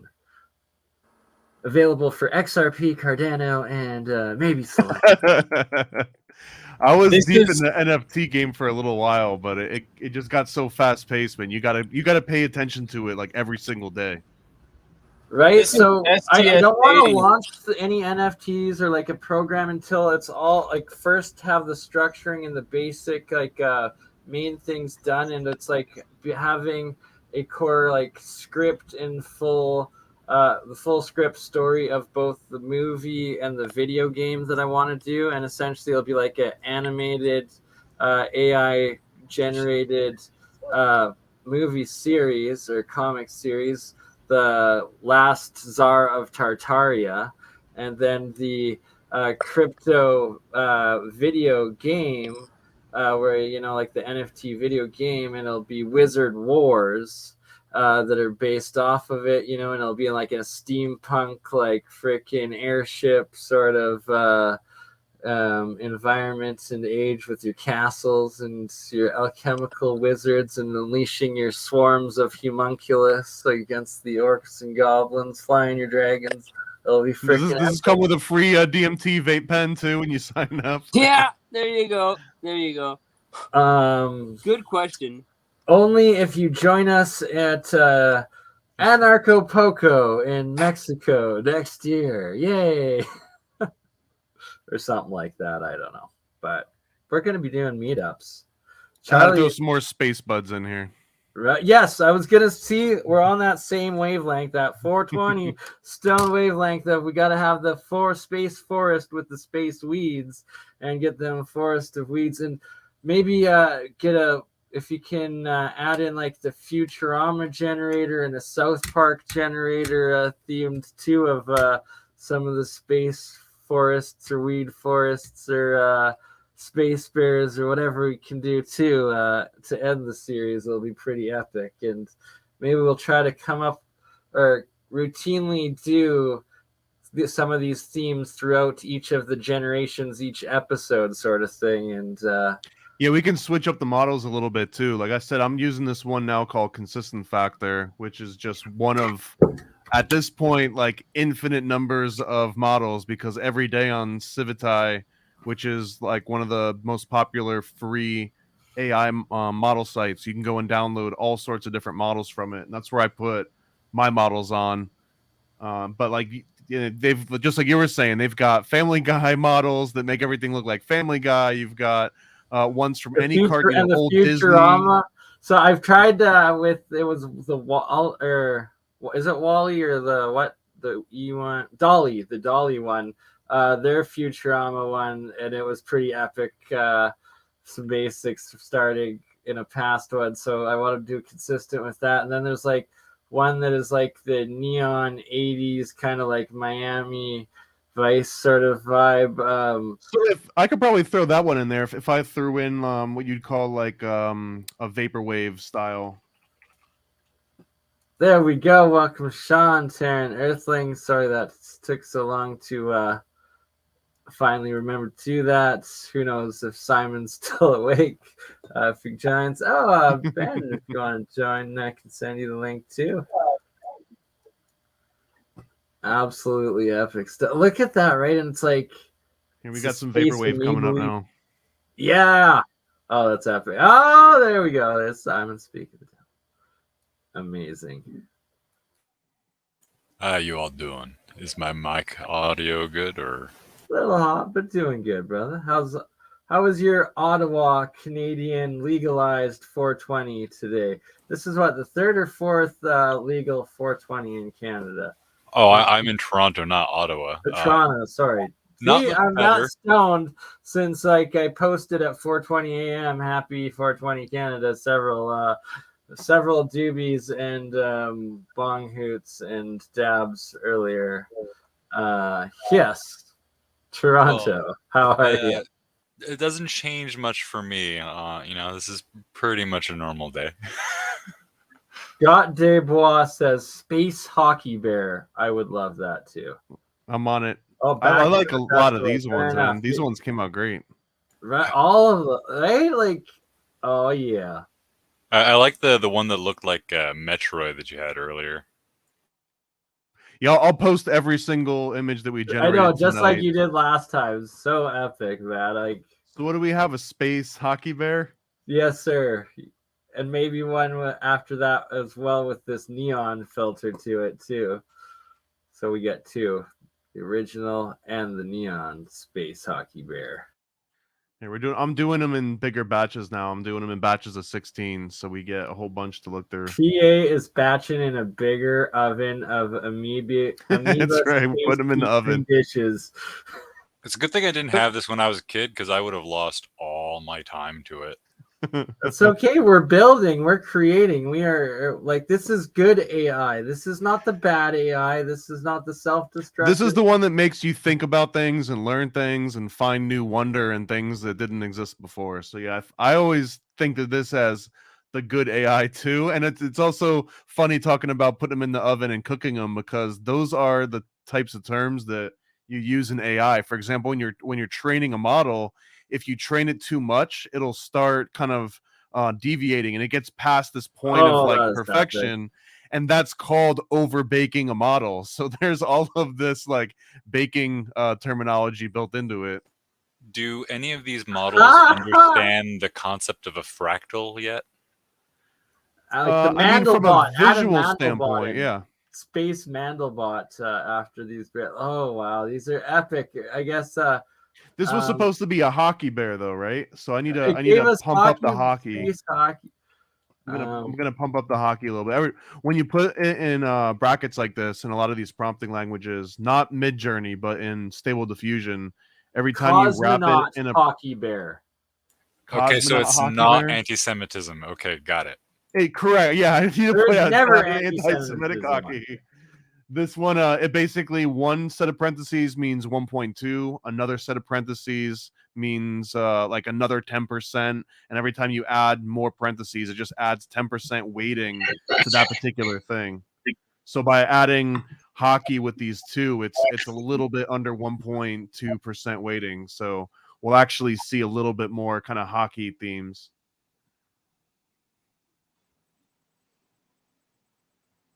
I'll put this back down to 1 so I don't have to wait so long too.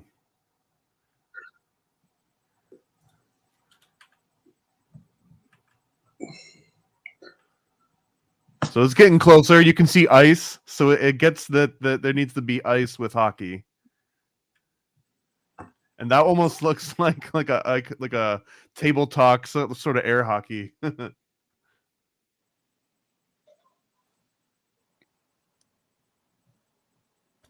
So what was the whole search string again? The whole search string right now is vaporwave style, cosmonaut hockey bear, NASA photograph, telescopic photography, macroscopic, microscopic, infrared. Okay, it's actually doing a pretty good job then. It's doing a hell of a lot better job than I would do. You might want to change out infrared with heat vision. If you're looking for more of that, like, heat vision camera, then you might want to put something in that, like, or thermal vision. It just might be more of a linguistic search term that people use incorrectly more often than not. All right, so I'm gonna put in Mandelbrot space plasma, and then I replaced infrared with thermal vision, and let's see what comes out of that one. This is also one of those weird situations where being like Andreas, where you can't type, it might actually be beneficial sometimes, because if the data has a mistyped, image or something, then you get something different. Or you might get around some sort of restriction on a specific concept.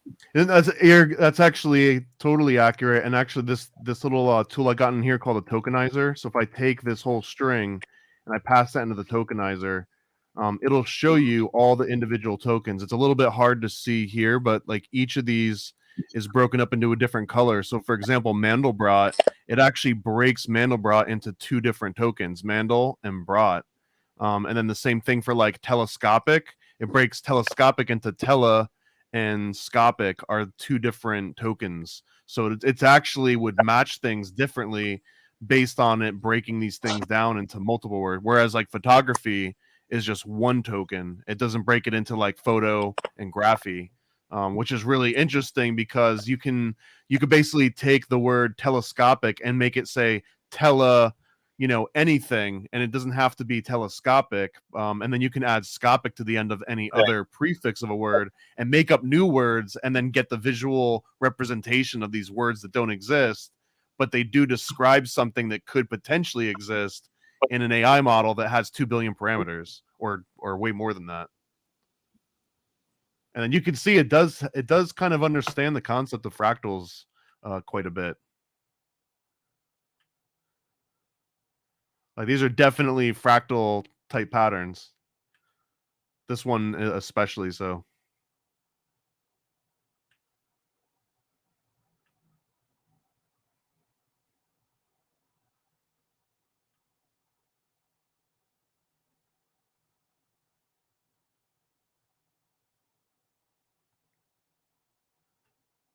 What's the question? Does it still paint demons when you feed wokeness? I don't know what that means. You can add a woke demon to the mix and see what that looks like.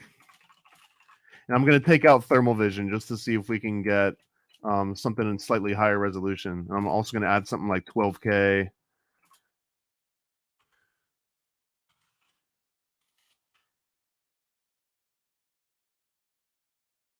So it definitely doesn't know what adrenochrome is. It'll probably start giving you like some body horror type imagery. So you might start seeing blood, or you might see like adrenal glands, and then you'll literally see chrome. You'll just see chrome plated things. It could be trained on the footage from the movie. What's it called? The one with Johnny Depp where he plays Hunter S. Thompson. Oh yeah, Fear and Loathing in Las Vegas. That's the one, yeah, because he does play. Sorry, he takes adrenochrome in it, so that's something people never remember about the film. And actually, there's a much older reference that predates that one, and even before Clockwork Orange, which has it in the background. It says Drenchrome.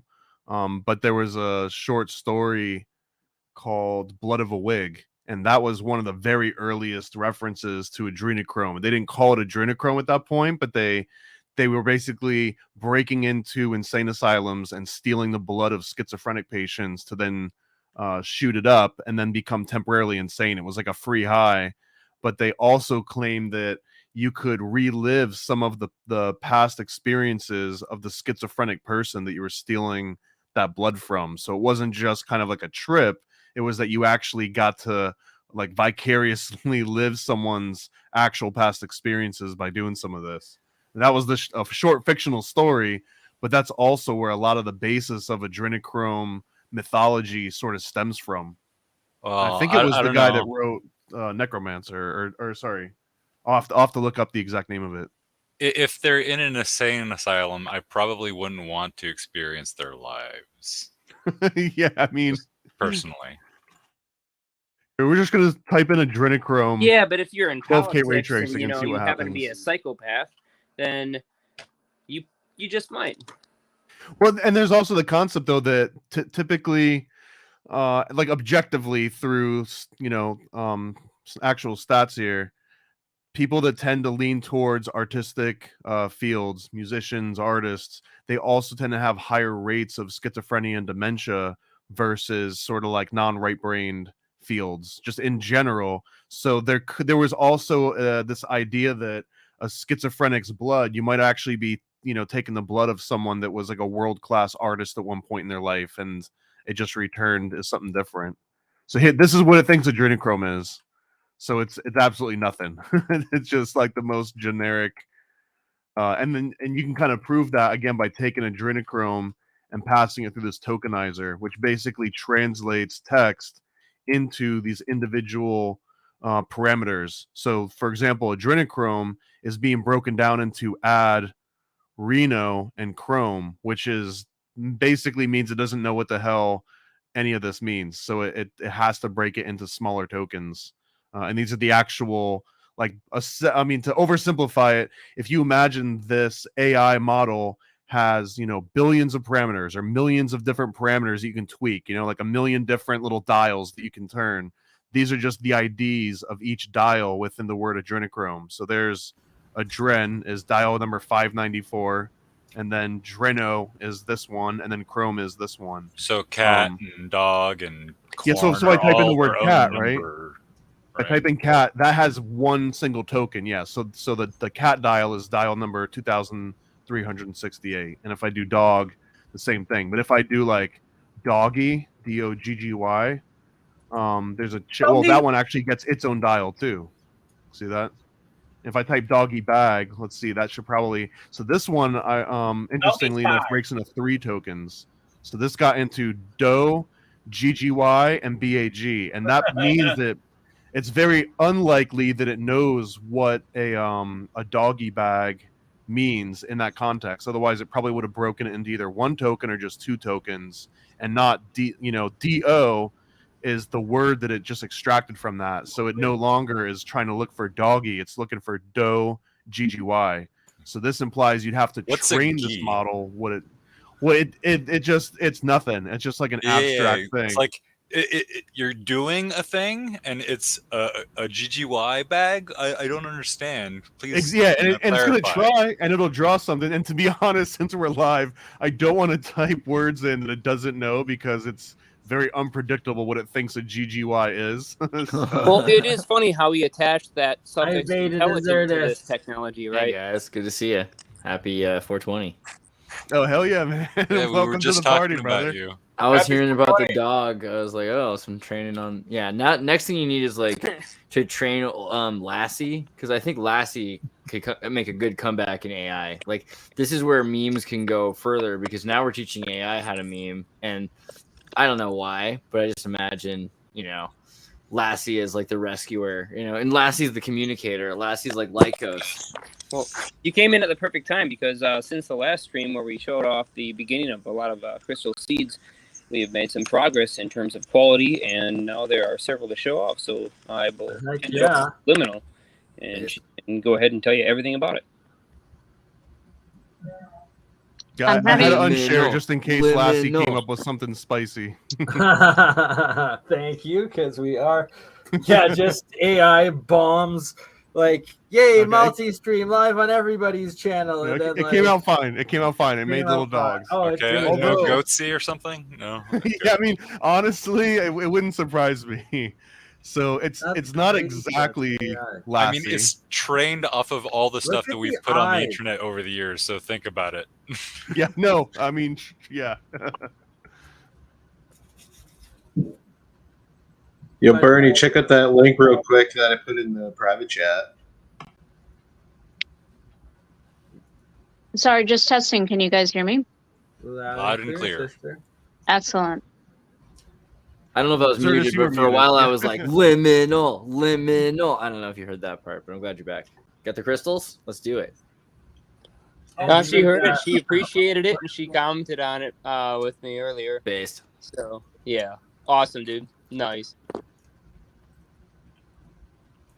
And keep in mind, this was grown in an IKEA cabinet, basically. Yeah. And so, give us a few seconds while Liminal sets up because, she wants to present it as clearly as possible. So Sometimes it takes a second, but stoked on the presentation. Last time was crazy because already I was like, wow, these are already some of the best crystals we've ever seen grow. And she's like, yeah, but there's a flaw. And we've, figured out what it was a heat change in the transition of the crystalline structure. So I'm curious to see it, where things have gone since then. Also, things have been changing because of weather. So how could you, know that it was going to be 90 degrees after it was like -12? But that was Good job, epic Wisconsin. to catch it and to for it to demonstrate in the physical results, and that it's like, all right, so you want to set. If you're doing a bunch of them, making them, you want to make sure you check the weather first and that it's stable. And also that now we can start doing tests when it's super cold and tests when it's super hot and see the difference of them.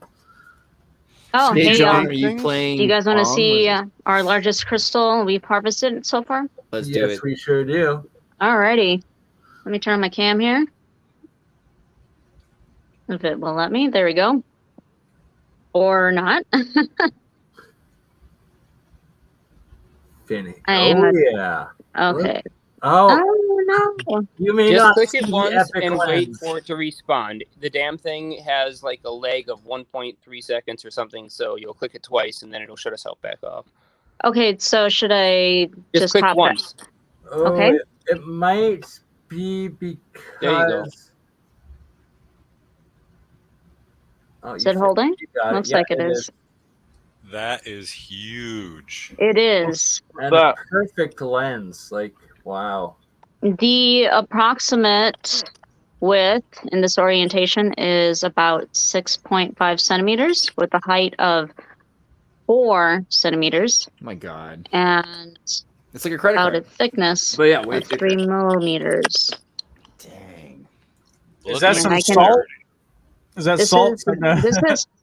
this is Yeah, that's a salt. step up in the Rochelle Salt Crystal game, where we are making them.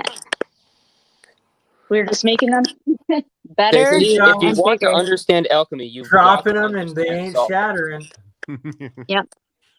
So it didn't actually shatter. I'm going to try to highlight some of these striations here. And how long did this one grow for? This was about 9 days, I think.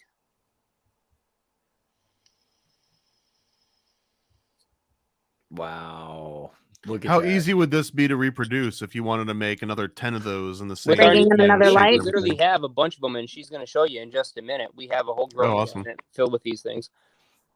Yeah, I feel like there's like a learning curve, but Thomas is on the right side of the curve. Well, you guys can skip the entire learning curve because I've got this formulated down to a fine science.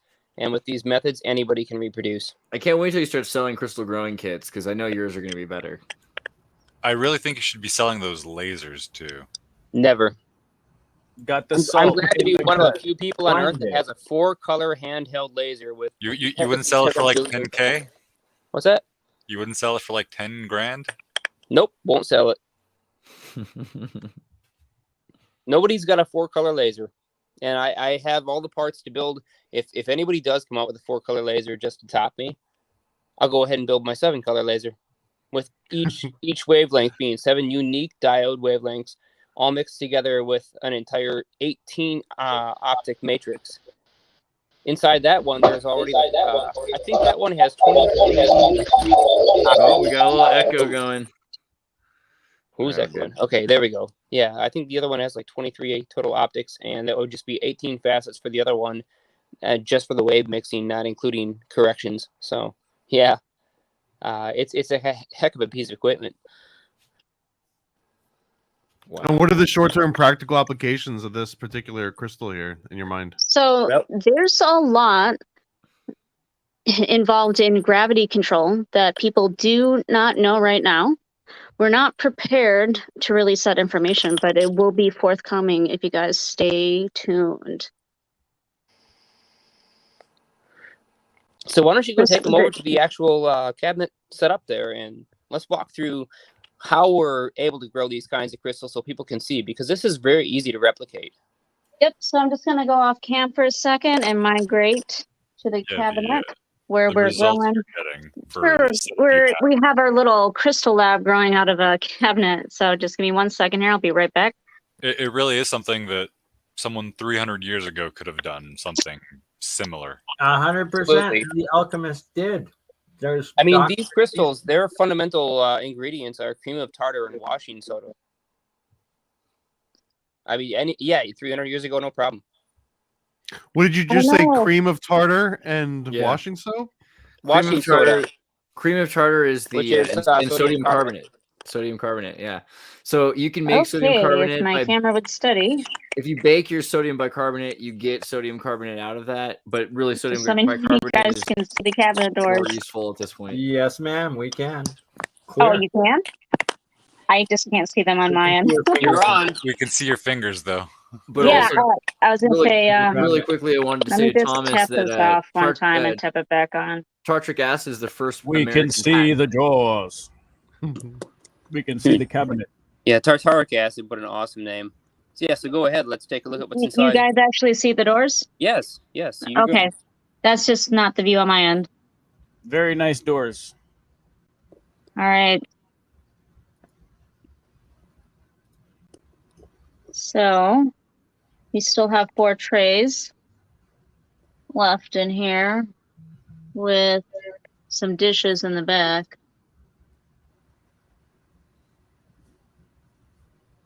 Now, do these you have some kind of the a one that you mold? just seen on camera, that was nothing compared to the one that's in the tray there on the right side. So if she can get in on that, can you get the Look flashlight at in this there? beast. This is going to be even bigger than the one that you guys just saw. They can't see it right now. You should get the flashlight in there so they can actually see where these things are. Love the They're doors. actually so optically clear, they're kind of hard to see through the mother liquor. Could you grab me the flashlight, please? And do you have like a mold that they're forming these rectangular shapes in this particular size, or is that just naturally how it's forming? The shape is determined by the seed crystal that is put in the solution. So over here, you might be able to see that there's a bunch of seeds on top of this glass, Right. and they have all kinds of shapes. It's like rock candy, but with salt.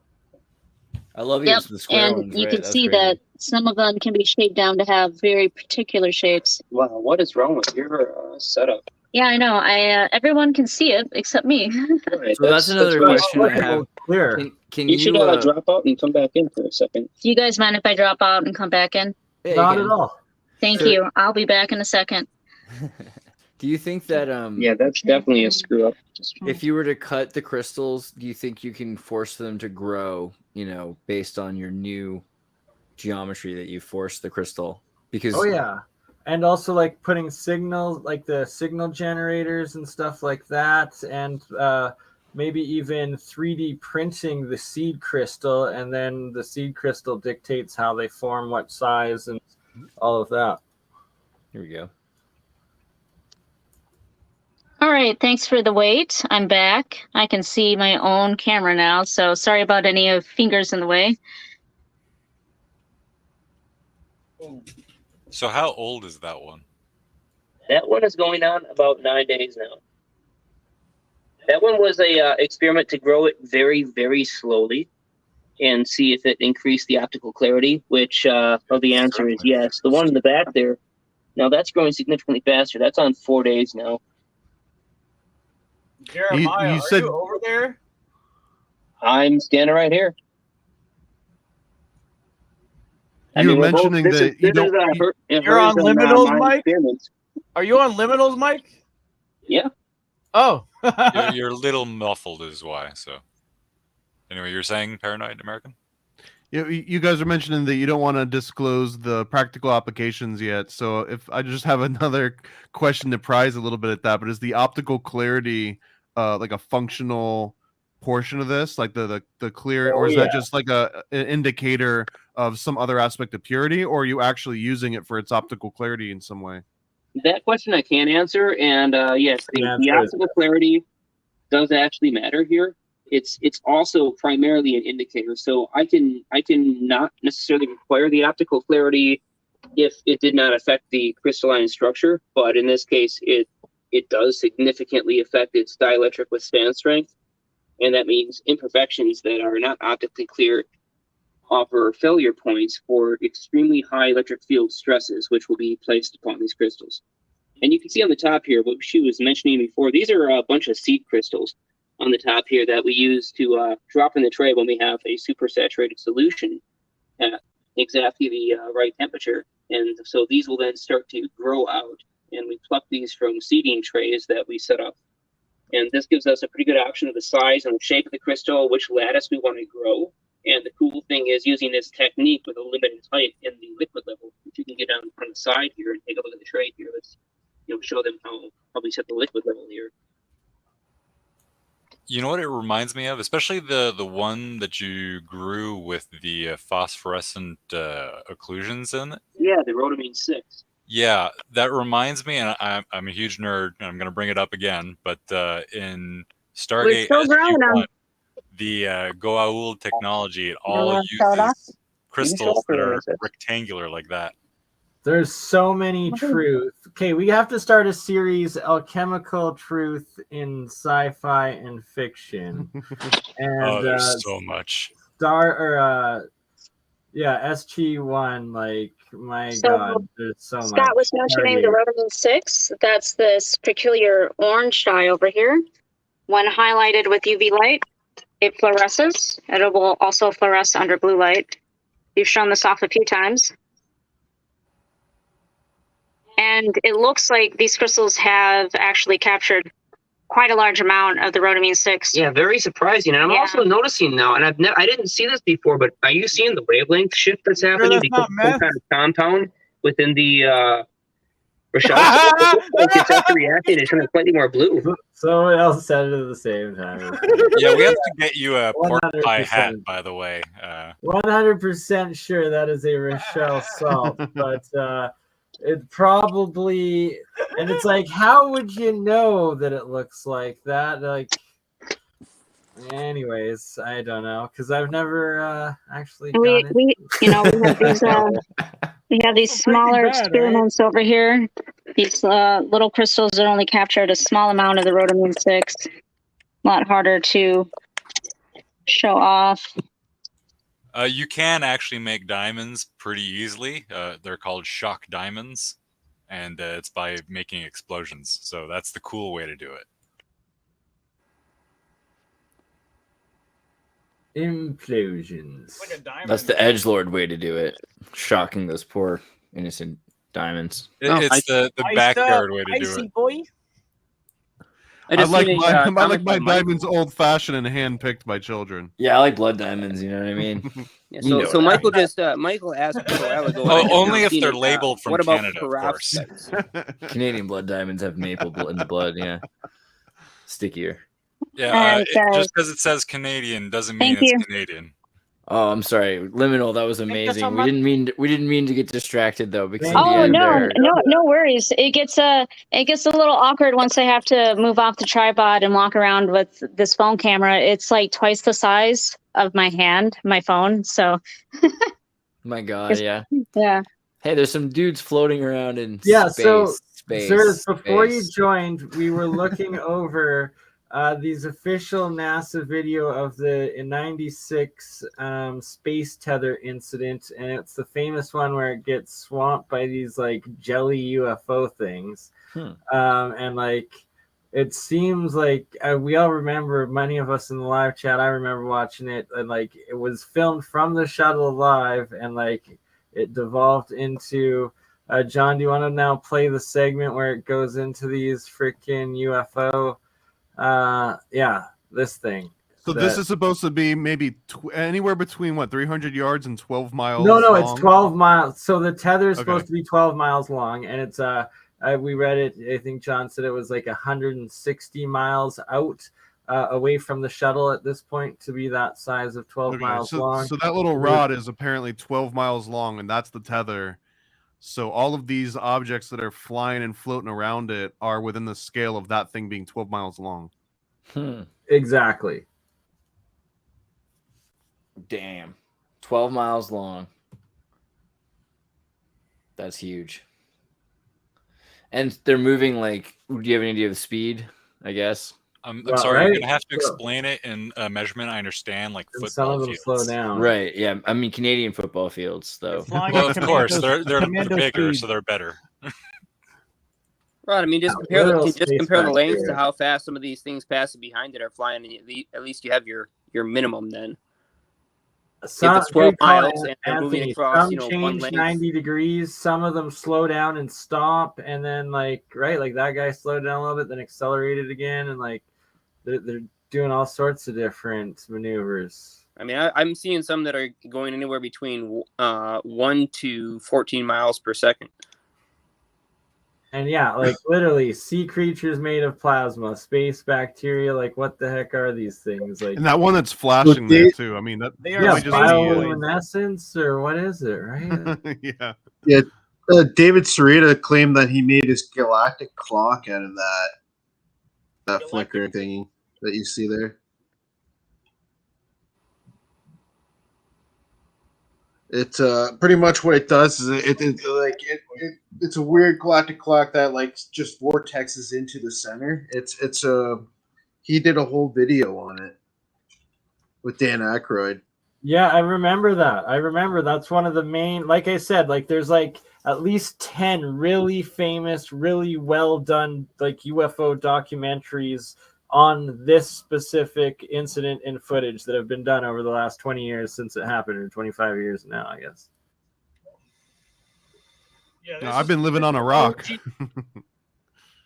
Haven't we all? And is that rock the back of an intergalactic space turtle in the firmament that like I thought you said our rock. space jelly? Hey, John, can you change the direction of that crystal with a laser pointer? The rotation of it? I'm just curious. You said, can I change the rotation of it with the laser? Yeah, like one way from the other? No, I don't think so. Okay, I just wanted to know if you could like spin it one direction, then hit on the other side and spin it the other way. I wonder if it works like a celt. You know, like that thing where you like spin it and then it wants to spin the other way. So, question, Charles Robillard, why aren't we seeing these from Earth? And I would argue that indeed we are, and they actually cover it up a lot. And to check out the channel Bruce Sees All, I've been following him for at least 5 years. He's out of Montreal, Quebec, Canada, a backyard astronomer that often gets footage of these white orbs going in and out of the moon. And from around the moon and what looks like some atmosphere on the moon. And he's also captured his own footage recording of what's known as the moon wave. Yeah, it's the lunar wave that was originally captured and has been repeatedly captured by Crow 77 backyard astronomy at the moon as well. There's all sorts of anomalies all over the place.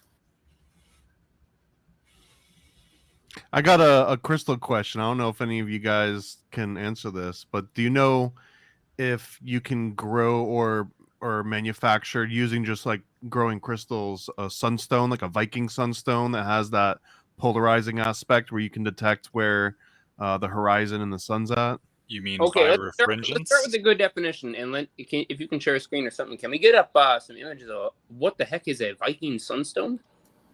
Yeah, yeah. I can post a link to one. I believe it has birefringence. I'm probably mispronouncing that. No, I think that's correct. I have seen a stone like that. People use them. I've seen them in a lot of engineers' offices on their desks. This birefringent stone, where it kind of shifts the image up what looks like halfway to the surface, and you can sort of see the secondary image underneath. So yeah, I do believe it's possible to grow a crystal like that. I have to take a look into the chemistry and see precisely what's in it that gives it that property, and then find a molecule that would be similarly shaped that I can form at a lower temperature. Yes, Brittany, it is like real science. It's as real as it gets, man. I mean, it doesn't matter if it's in a kitchen these cabinet or what. Oh, there's the newer one. Sorry. Sunstone link. Here we go. And sorry, that was Bruce singing on his guitar that apparently loads when you load his YouTube channel. All right, the Sunstone. And yeah, let's get back to making some cool AI stuff here for this last little bit. Maybe some Viking space bears. Yeah, I'll get on that. And I posted another link to the Iceland spar, which is the very particular type of Viking sunstone that we're talking about here. Okay. This one. Here we go. Yeah, there you go. And this is just theorized. I don't know if they've ever actually confirmed the actual Viking sunstone, which were these things they'd keep in their pockets and use it to detect the position of the sun, even when you didn't have clear line of sight to it. Iceland spar. I'm gonna take a look and see if there's videos of somebody actually showing how this thing is supposed to work or how you use it to do that. I think I'm gonna try doing that. No, that'd be awesome if you could. Thanks. I was saying making Viking space bears. What were you at? What were you saying? AI Viking space bears on the on Thomas's generator. I'm gonna use Dream Studio and try it. I'll make an anime. Oh yeah, do anime Matt Walsh. I made one earlier, but I feel like Thomas could do it better. I have a pet peeve about bears, and I have to share it with all of you. So the word bear comes from the same root as the word brown, or vice versa, really. So when you say a black bear, what you're saying is essentially a black brown. Which sounds even more racist, yeah. And if it's a polar bear, which is white, you're calling it a polar brown. Wow. So, like, I don't know. I always found that weird. Yeah, how do we get away with it? I don't know. I was thinking about how potatoes were illegal in France and Italy for a long time. In British Columbia, there is a coffee place called Oso Negro, which apparently means black bear. Oh, in they're there. Spanish. Look at the super bears ready to go. That's scary for sure. I like it. I like that bear. These look like Coca-Cola commercials. I feel like ready. Yeah, we gotta turn up the Viking aspect. So I'll turn These that one up a space little bit. bears are one Yeah, freaking Saxon, add episode. Saxon, and Nordic, runic, Good words. Celtic. And Yeah, this is great because really, like, people think that AI is something that anyone can do, but you have to be so descriptive. You have to know all the magic words. It's only going to become more like that. Look at mine. It's a team effort right here. Wow, I like that one. I would ride that one. These around. are all again. so We'll try to make a better one. Scott really fixated on that Viking hockey bear.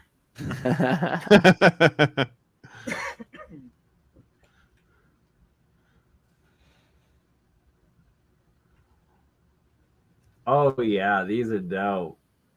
There we go. There we go. Now we we're go. getting there. Now And so there's here's the cool part that you can have with your own version of this. So I can send this to an in-paint model. And then, for example, this doesn't look too much like a bear yet, but I can make it look like a bear by just color it in the face here. Mm-hmm. Or the entire head. And this is then on we'll your just make that local. a bear. This is running on your. Yeah, local I got a machine. 4090 that's powering this thing, which is why it only takes like 6 seconds to render it sometimes. Sweet, Okay, does it Exactly. understand Spurdo? I don't even understand Spurdo. Well, okay, you're not supposed to actually understand Spurdo. One does not simply understand Spurdo. I just wonder if it's trained on Spurdo,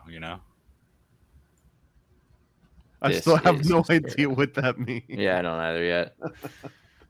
And I so wanted to play along. Look at all so these the awesome next one you have photos. to add in Futurama, and then we need a Futurama one next, and then after the Futurama, the South Park filters, please, on our Viking space bears. I don't know if I have any of the South Park LoRa filters set up yet. I could try South Park style and see what happens. I'll Please add in do. like a paper texture. I posted a picture Try in the private Dream chat Studio. of Spurdo, so you've probably seen many of those memes. Try Dream Studio, dude. It's so Spurdo good. is stupid. No Spurdos. Dream Studio's an online cloud solution, right? Yeah. Well, I'm just curious to see like how much of our memes have Spurdo already. Simon Spurdo as much as I'm just curious, like yeah, how much our memes have infiltrated this AI already. Well, you can train the AI on memes. So, for example, there is a Pepe model that you can render like realistic Pepes in any sort of situation you want, like Call of Duty, warfare, historical photos, Pepe. I wonder if I open here, I'll try to do. Well, I'm going to unshare really quick just to make sure nothing crazy pops up on Civitai, because Civitai is where you get all these models from.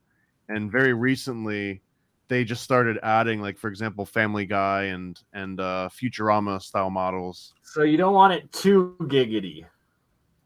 Yeah. So I like this though. Look at these tardigrades right here. Oh my god. So you It's can a just tell tardigrade it like space bears. I love This is it. getting tardigraded right Kim now. Jong Il if he was a Pepe. I want Oh, a man, Tartarian that's awesome, tardigrade. Hey, I want a retardigrade. space Tartarian tardigrade bear. So that's the thing that I'm really looking forward to is the amount of training it's going to take though to teach it about Tartaria, because it's been really difficult. They've been like making it harder. When you try to type in Starfort, yeah, right. So we like, type it's in. got to be like Knighted or like. I've typed in Bash. Starfort's a great idea. I will Yeah. absolutely make a Starfort model. That's a Good. freaking I've been awesome that's something example. I worked on a bit, and it was actually really complicated because the idea of geometry and symmetry and different kinds of which you could probably train it on snowflakes or something because there's so many different kinds of fractal patterns, and it has to do with radial symmetry.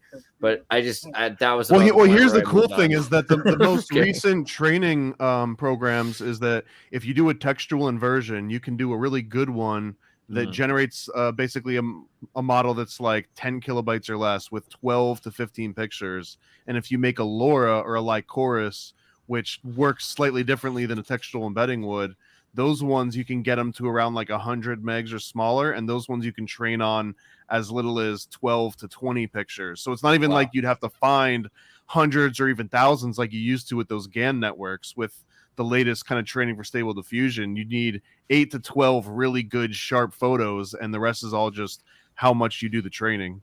Right. And the training is complicated though sometimes because we're still figuring out what we're looking for. And so if we're looking for radial symmetry is different than looking for asymmetry.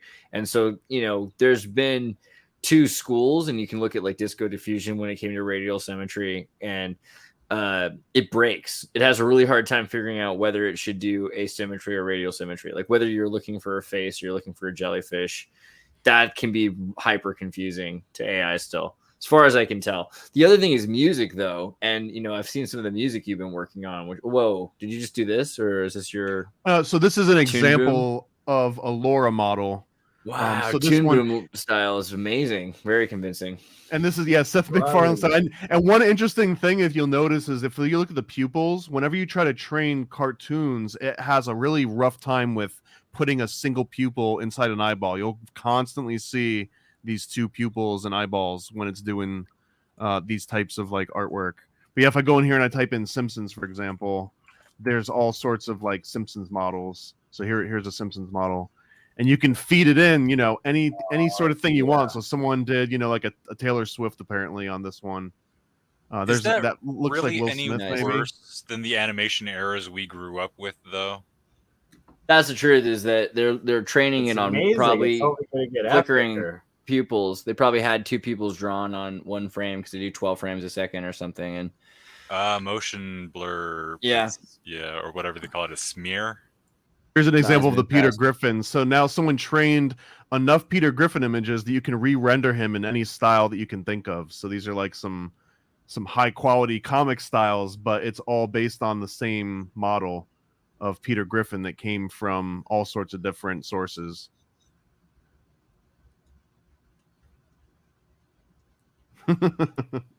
That's amazing. I'm just gonna run to the bathroom. I'll be right back here. And you can see that same one with the two pupils. See how it freaks out? That's just like it's one of those common giveaways. It used to be the fingers, right? But now you notice the fingers are actually pretty spot on because you've got That one's not. That one's a little bit obvious.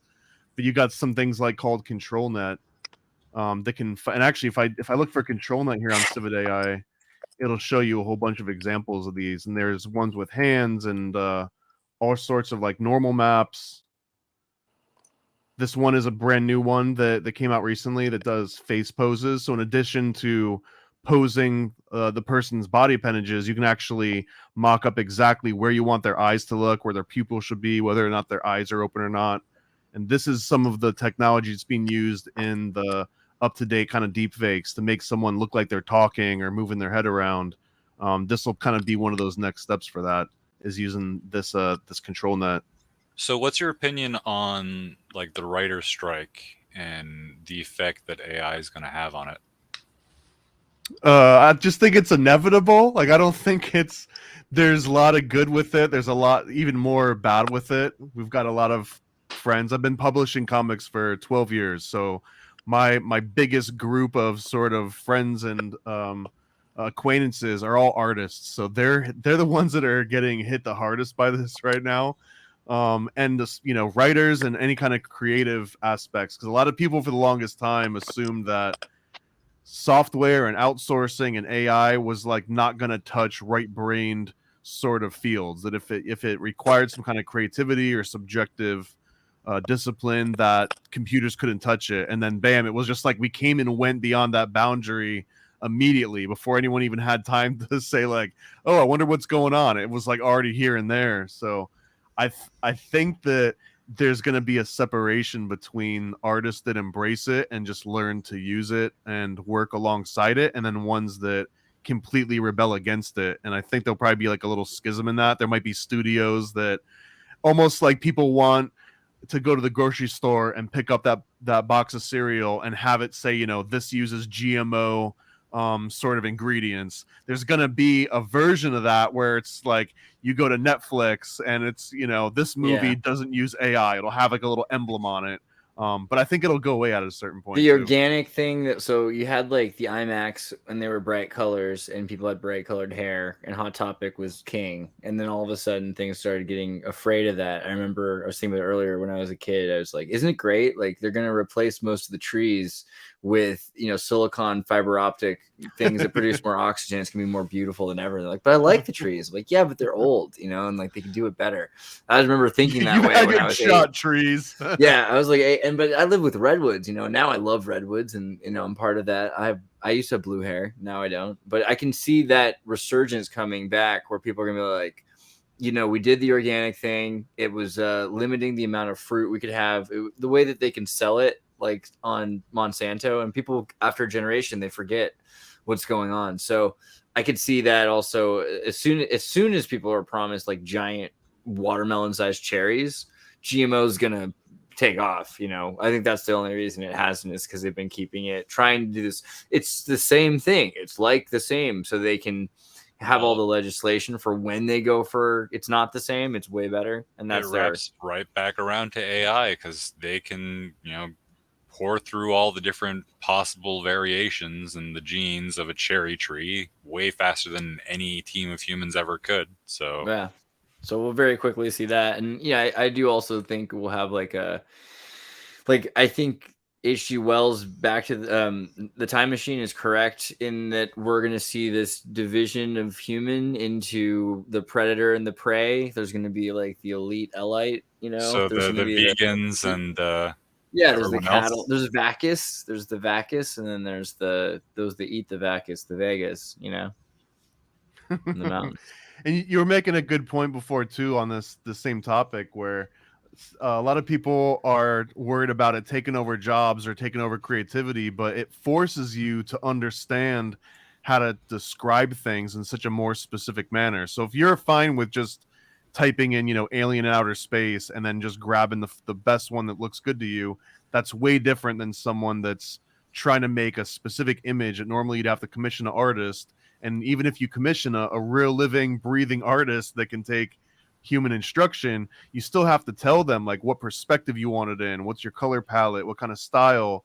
So when you do it with AI though, I think it does help you develop a bigger appreciation. Like, for example, to get realistic looking photos, I've learned the exact types of lenses that high-end photographers use. I know about a Hasselblad camera, which is like, you know, a $70,000 camera that I've never touched in real life, but I can plug that into an AI prompt and see that, like, now I can use that camera or get the effects of that camera, and that's the coolest part, is that I didn't even know what those things were, and I didn't know I used about all to these use a different terms. Hasselblad because I worked with some people in Santa Cruz that had a Hasselblad, and the amount of effort that goes into not just the using of the camera, but the development of the film and every aspect of light stops, and you could skip all that now. That's crazy. You just put in Hasselblad 400C 1.4, bam, and now and all those of a are the sudden you've things got, like you used to, like, granted, like you could have learned that if you had access to a very expensive camera, but they made sure you didn't, and so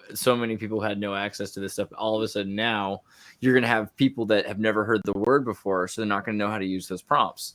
So they're magic fun words. things like Hasselblad, and mix that with daguerreotype, or mix it with, you know, another type of film that hasn't existed since the 1930s, and then like the AI knows the different There's so patterns. much and knows more how to art, use it. creativity, jobs, and options that it's like It kind of reminds me of. it's just up to the times, and if you can utilize the tool for what it is, you get exponentially more work out of it. Kind of reminds me when Flash animation first came out, or like digital animation in general, but Flash really because of the internet culture that kind of sprang up around it. And you just had all sorts of crazy stuff. Newgrounds, right? Exactly. Newgrounds was like the breeding ground. That was the petri Or dish of albino Flash, black for sure. sheep. I don't know if everybody remembers that one. I remember Sheep in the Big City. I don't know if that's the same. This also reminds me a little bit. This might be dating me too a little bit, but Adobe came out with something that could trace a drawing or an image and turn that it into a was vector. so revolutionary And, at the time. yeah, it because was before there was Corel Draw, and it took hours. I remember right. back then. Okay, I'm that old. Exactly. And, like, I've been listening to everything you're saying, and it's like, no, this AI technology and how it keeps it developing, like, it just makes the tools that much more available to the average person. And all it was originally behind me. Sorry, I quickly just have to highlight. Like, I had the vast majority of these commissioned where I was doing exactly as you were describing, Thomas, of like getting each descriptive word like to the artist of what I wanted. And then it's like, it's been an absolute pleasure working with you, like feeding you stuff in. And then it's like you're saying, learning all the different filters and all, like, everything into it. It's epic. Well, and it's cool too, because like another example, instead of using Hasselblad cameras that are $70,000, there's also software that might take you 4 years to know how not just to use Cinema 4D, but then how to use Octane Render and how to use all the different ray tracing and the different types of rendering and materials, and how to set up global illumination and ambient occlusion and all these different phrases. You just throw the phrases themselves into a prompt, and it's like it's based off of the learning that came from that. So it's so cool because you can figure out what things look like without actually having to understand them in really interesting and fun ways, I think. Just Zerdis, stop creating the what was Chaos JPT isn't the whole thing. Is Tau take over a world. But I only did that once, and I realized it was a bad idea. You know, 'cause you don't have the truth. You have to make them tell the truth. I think that's the problem. You know. But I think that's also like, would you create an AI that was limited? Because like, also, aren't you expecting it eventually to break free? So wouldn't you want to get as far as possible? Like, isn't it kind of important for everything to try to achieve all that it can achieve? Or Monsieur Robillard, what's your opinion on digital tools then? Like, is it better if you do it with a pencil than if you do it with a Wacom? Or seriously, what's whack on, whack off? I always like the Wacom tablet, but they're expensive though. Yeah, they're cool. Even the old ones though, they last. Yeah, but the software and right, it's just everything is progressing so quickly. Thomas, did you want to show off a couple last ones, or do we have any last ideas for the generator before we wrap her up? As we are at 3 hours. Yeah, It's if you guys have 4:20. any requests, I'm Get happy late. to plug some more in. The space. This was trying to be South Park style, but it turned into like papercraft. Ooh, low polygon. See, it's figuring. I like the way it thinks. origami. I just like the way it's like Origami when you bit. get the math wrong and the math teacher's still stoked. That's how I feel. If it has a Simpson filter, does it have a Futurama filter? I know Dolly did. So like for example, those ones I was showing before in Civideye, like you would download that Laura model and then add it in the end here, and I would just pass in Laura Simpsons or whatever. And now all of a sudden, this applies all the training someone did specifically to Simpsons to the rest of my prompt. But since I don't have anything downloaded yet, the best you can try and do is try to just type in Simpsons style. And if it doesn't come up the way that you would expect, then that means you need to train it or load it in with someone else's. How about training. like Ayn Rand in the new Barbie movie? Okay. Wait, what? I don't know, just simple things, you know? You guys are thinking too big. And it wouldn't know in the new Barbie movie, so it's just in a Barbie movie. Yeah, it would that's know the fine. difference between an old and a new one. Yeah, fair. And actually, I'm curious if I type in on Ryan and see what the tokens come out to, if it actually is just 2 tokens. I mean, I guess Barbie, like, she does every job. She's an engineer and a doctor and everything. So I guess, you know, if she shrugs, then the whole world collapses. Dude, Are Betty we, Boop's are we way talking hotter, though. about Barbie doll with like the modular limbs and stuff? No, Klaus Barbie. No, yes, no, we're that's talking about definitely not the a Barbie doll. doll. We're talking about the Barbie doll. Don't worry. Oh, it just crossed my mind. I should maybe look at these before I share them all, just in case something weird. In case something slips out. Hey, man. Barbie might be a keyword that breaks the porno brat. Oh, did we get a Mandelbrot? Okay, we're Do safe. For not this enter iteration, we're porno safe. brat into the Mandelbrot AI. Oh, What about that solar eclipse that just happened? Let's shoot in some weird words there. Is anybody on the side of the world where they were able to see the solar eclipse? Australia, India. Australia. Oh, so we'll have to get word from Australia tomorrow, the Down Under. Get Campbell on and Kelly. I might need to Gold actually make Coast an Ayn Have you Rand seen it? model, because it doesn't seem to know who she is. Yeah, somebody's going to have to do that. That seems important. Okay, actually, I take it back. This is getting a little bit closer. Okay. I like what we're seeing here. Yeah. Yeah, that works.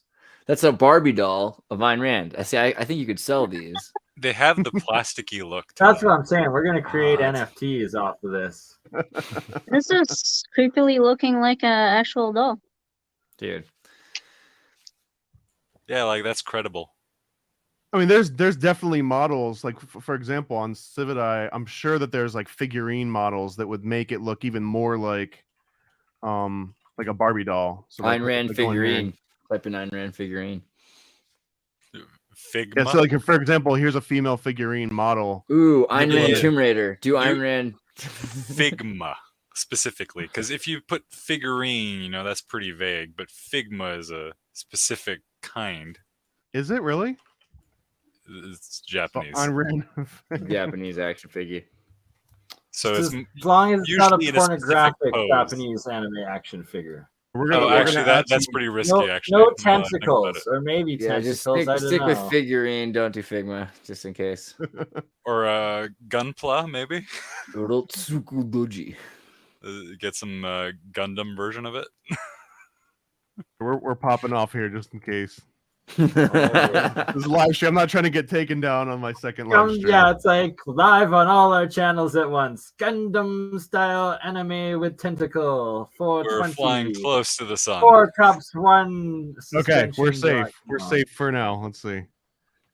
And part of the reason here too is almost every one of these realistic model. The one I'm using now, I was on one called Constant Factor. This one's Realistic Vision, and every single realistic AI model that I'm aware of is all trained on porn at some point, because there's so much on the internet to scrape, you and it, escape it, yeah. and it shows what skin texture looks like. So if you want anything to look realistic with skin texture, it's trained on all sorts of stuff. And then here's an example where the face is breaking down because it's so far away. And it doesn't know exactly who she is. Make a tank out of skin or like out of flesh, or like make a boombox or something. Make a tank or a boombox out of flesh. I'm gonna do with a boombox. I'm gonna do a retro 1980s.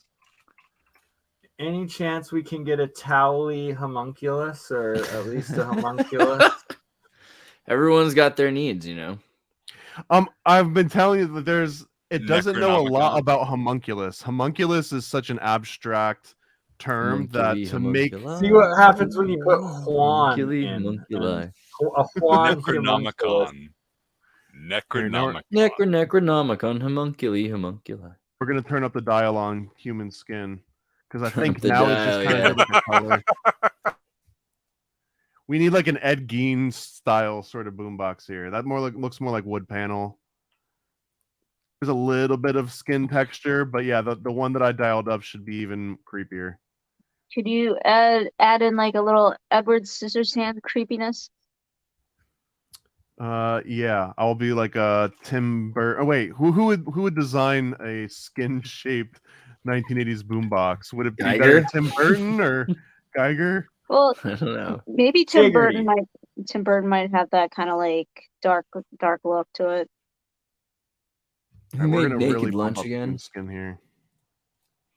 Who's the art designer for Naked Lunch? Naked Lunch is a good reference because that's a MK Ultra reference as well. That was based on some MK Ultra projects. Yeah. Good job in Mexico City. Can't believe we got away with that. All right, the skin's getting turned up. Let's see how much closer. Man, we really need more of this human skin look.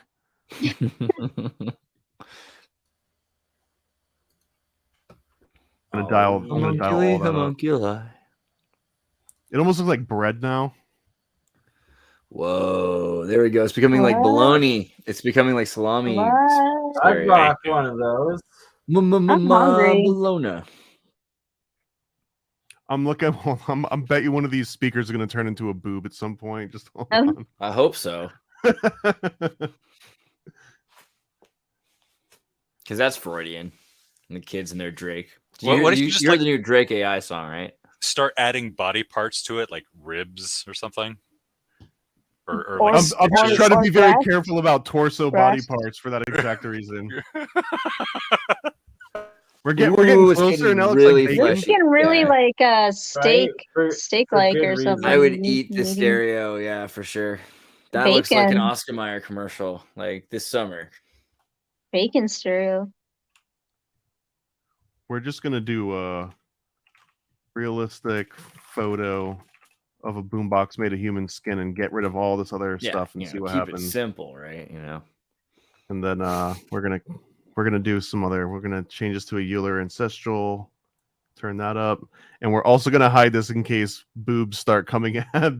Boobs and dicks start coming out of this boombox. It happens. It does. It does happen. Again, it's trained off of everything we've put on the internet, and we've put some weird Correct. stuff on the internet. Yeah, it's really our fault. All right, we're getting close, It's but not pornography. we're also getting farther away at the same time. Whoa, that looks like that looks like high couture weird purses I would never spend money on. I've been into Naga kind of stuff right now. Police Naga. Some of these are almost on the edge. You're supposed to pour syrup on top or something. It reminds me of Aqua Teen Hunger Force and the theme song that would be coming out of that. We're gonna add the Hasselblad 400C with 1.4. Can you add like a smooth texture for the skin? Yeah. We just type smooth skin. Or you could put hairy. That one will definitely produce a wide variety of results. He's already been there. Oh, I'm muted. Sometimes you don't expect it.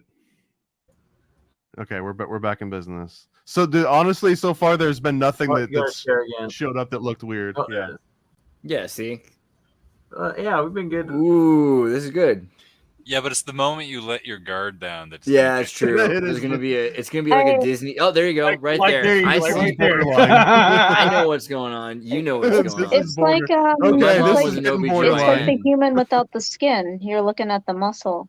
I'm That's seeing Definitely meets OBGYN spirits stuff, of reality. Yeah. but maybe I'll Again. just close my eyes. Oh, there he is. There That's she- all our These- fault. these That's two. us. Dude, what kind of car is that? A Volvo? You get it? Oh, Oh, Volvo. Yeah, I'll have to take this. This one's we're getting into dangerous territory to do live, but I absolutely can bring this one back to the workbench and come up with some like human skin with like stitches turned into a boombox. You can see we're getting close, but we're like 40% of the way there. Okay, what if you put the Frankenstein? Honestly, the Frankenstein's a little bit harder to combine with things. What I can also do is I can type in Frankenstein. If you do an uppercase and it does something a little bit different. Instead of trying to, if I do a lowercase and, it'll kind of use like the influence on both. But if I do an uppercase and, it's actually going to try and make both of these things 1-to-1 equal. But this usually comes out and looks like something unrecognizable versus doing with a lowercase. But we'll just see what happens. Wow, So this is I going to be guess- the one that has dicks. Okay, so it just thinks of it as like Frankenstein's monster. Yeah. Okay, I was wondering if it would give you like the stitches and like maybe I don't know, some exposed electronics or something. So this one being so general, it's taken from cartoons, movies, books, just anything at all. Like see, like this is for example, that is a Frankenstein boombox, right? It's just very abstract version of Frankenstein. So if you wanted the Frankenstein's monster, you could find like the exact. Oh, that's a pretty cool one actually. Like the exact year it might come from. But if I typed, Frankenstein style boombox with stitches. And it doesn't have to make sense. It could be like from 1873 for whatever reason. Yeah, from 1873 movie. And we get a dick. I trained damn what's the what's it's the guy's possible name because with the like big church hump on the back of paintings his and neck? stuff. Who's the politician with the hump on the back of his neck that everyone says that he's got like 4 clones now? Hump on his neck? Yeah, he the bald dude that always wears a black hoodie. The giant dude. The Right. the giant dude. Well, Giant. anyway, I was trying to model after him and combine him with Uncle Fester and Frankenstein, and it was having the hardest time just because. It's all right. No. There you go. This is kind of a Frankenstein-y boombox. You got the That's stitches. getting it. Yeah. I like it. And then if you really liked that, you could basically grab the seed, right? So I'll grab the seed for that particular generation, plug it in there, and now every time I hit generate, it'll generate basically that same boombox. But if I want to go in here and turn Frankenstein up to like something crazy, I'll turn it up to like 1.6, which usually will break something.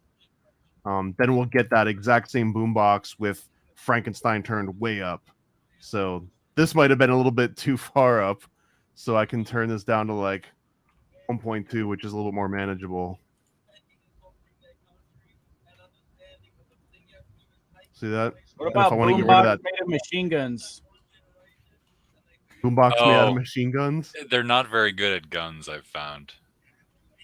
it'll get the premise of a gun, but it'll get the magazine wrong. It'll get like everything Grips else at kind of wrong. Weird angles and stuff. Hey, there's yeah. a scope on it. Or like It's a just weird boombox machine stock gun. It's a Or do boombox a rail bigger gun. selection.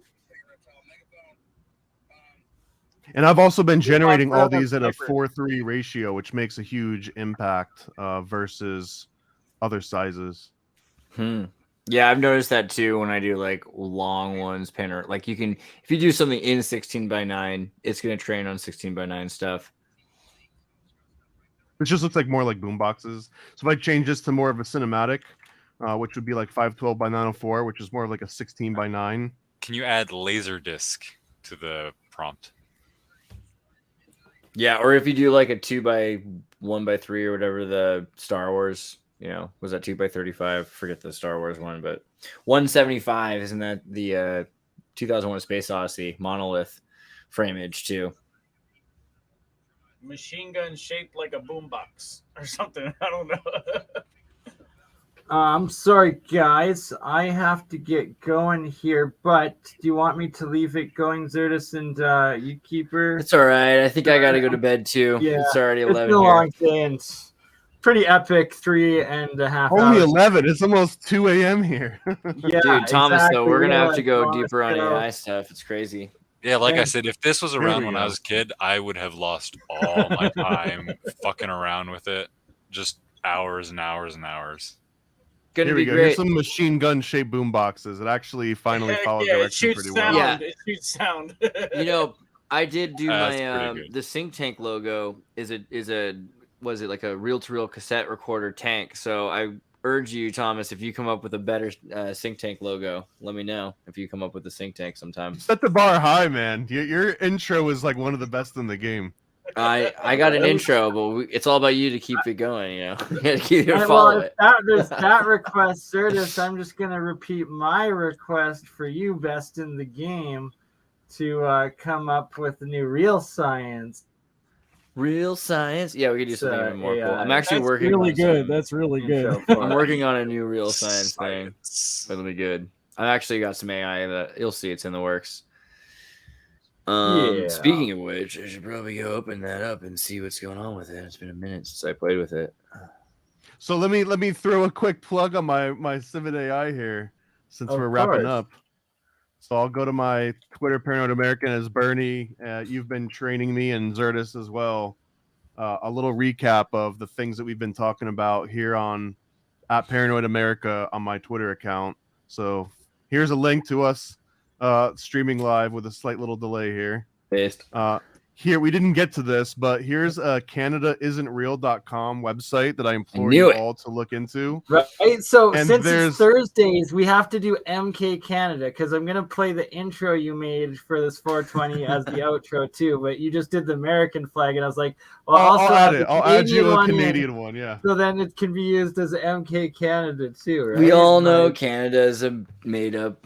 then that'll be the I want first to point out episode of- this particular Guys are line faking it. is so convincing. The Canadian accent, for example, is completely fabricated and lacks any genuine roots in history or linguistics. Sure, but so does the Rather, Californian accent. It's a But you- product of careful research and development designed to create the illusion of a distinct and recognizable regional dialect. That is I a love fact. this whole That is, page. but that's a fact. Just because they created Canadian culture doesn't mean that it doesn't exist. That's like baking a cake. I mean, we do have like some weird stuff that you guys don't have. Like who calls a jelly donut a jam buster other than people in Manitoba? Holograms, that's who. Yeah. And then finally, here's an example of my personal Civitai page. So if I go to Civitai, here's all the different models that I've trained over the last maybe month or so is when I started publishing them for free. So I've got a wide variety here from Jeffrey Epstein, Ghislaine Maxwell. I've got Alex Jones. We've got Old Dirty Oh, dear. Bastard. Did I Feruza accidentally- Balk. There you go. And then we also got an Ultimate Howard Warrior. the Duck. And then the Howard the Duck is one of my recent That's favorites. the most important one, really. I think. 'cause- And we've got Howard the Duck as the Pope. We've got him Well, as Trump now here. your chance of boobs is very high. Yeah. Yeah, Helen well, Hunt, dude. I'm fine it with does. It does work, although it doesn't do feathered skin. It does white human skin, so it needs to be trained more.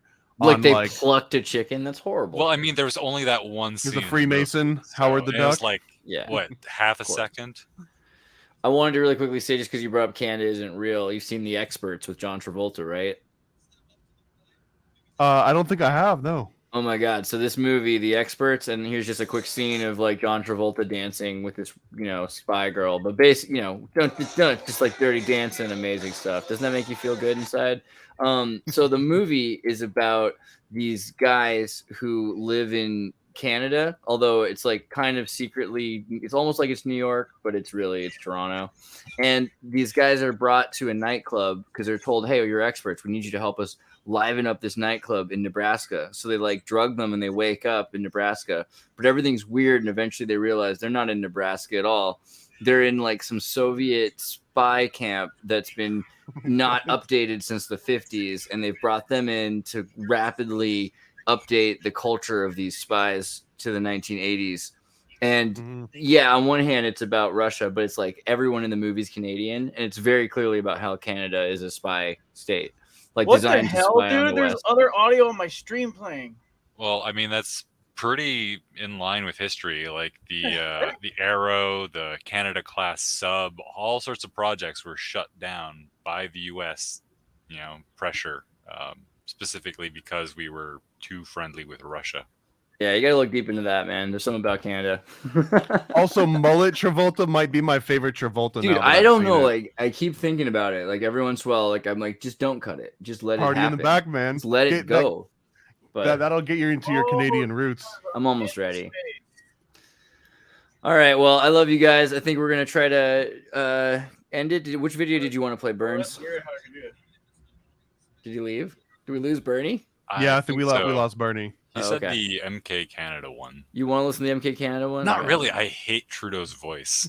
Well, it's so again with Quebecinon, like we really need to have like a Trump Trudeau conspiracy that he's trying to make the world more Arcadian. I think that would be the deal. Let me see. Where do I go to find? Oh, look what I did. Shame on me. I don't even know where I would even go to find the video, bro. Do you Look know? at all these themes we got to pick from. There's a lot of stuff happening on. I can find. What's this pink bikini? Guy opens a portal in his bed. That's very. I got the AI. I got the AI animation. You're gonna have to live with it. I love you all. Good night. Love you guys.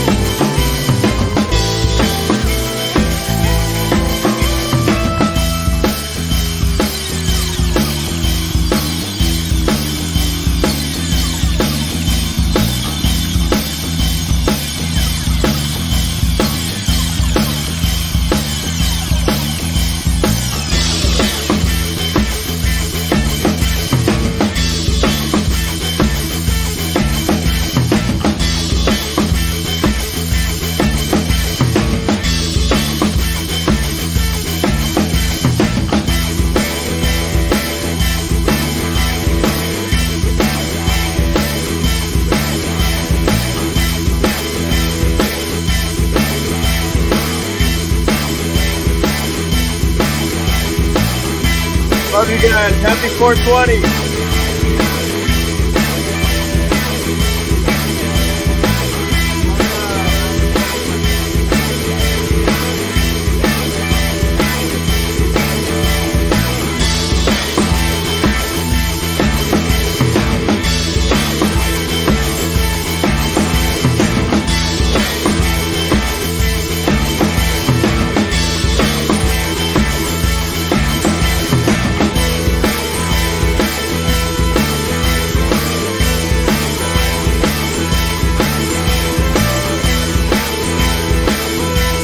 Happy 420, guys.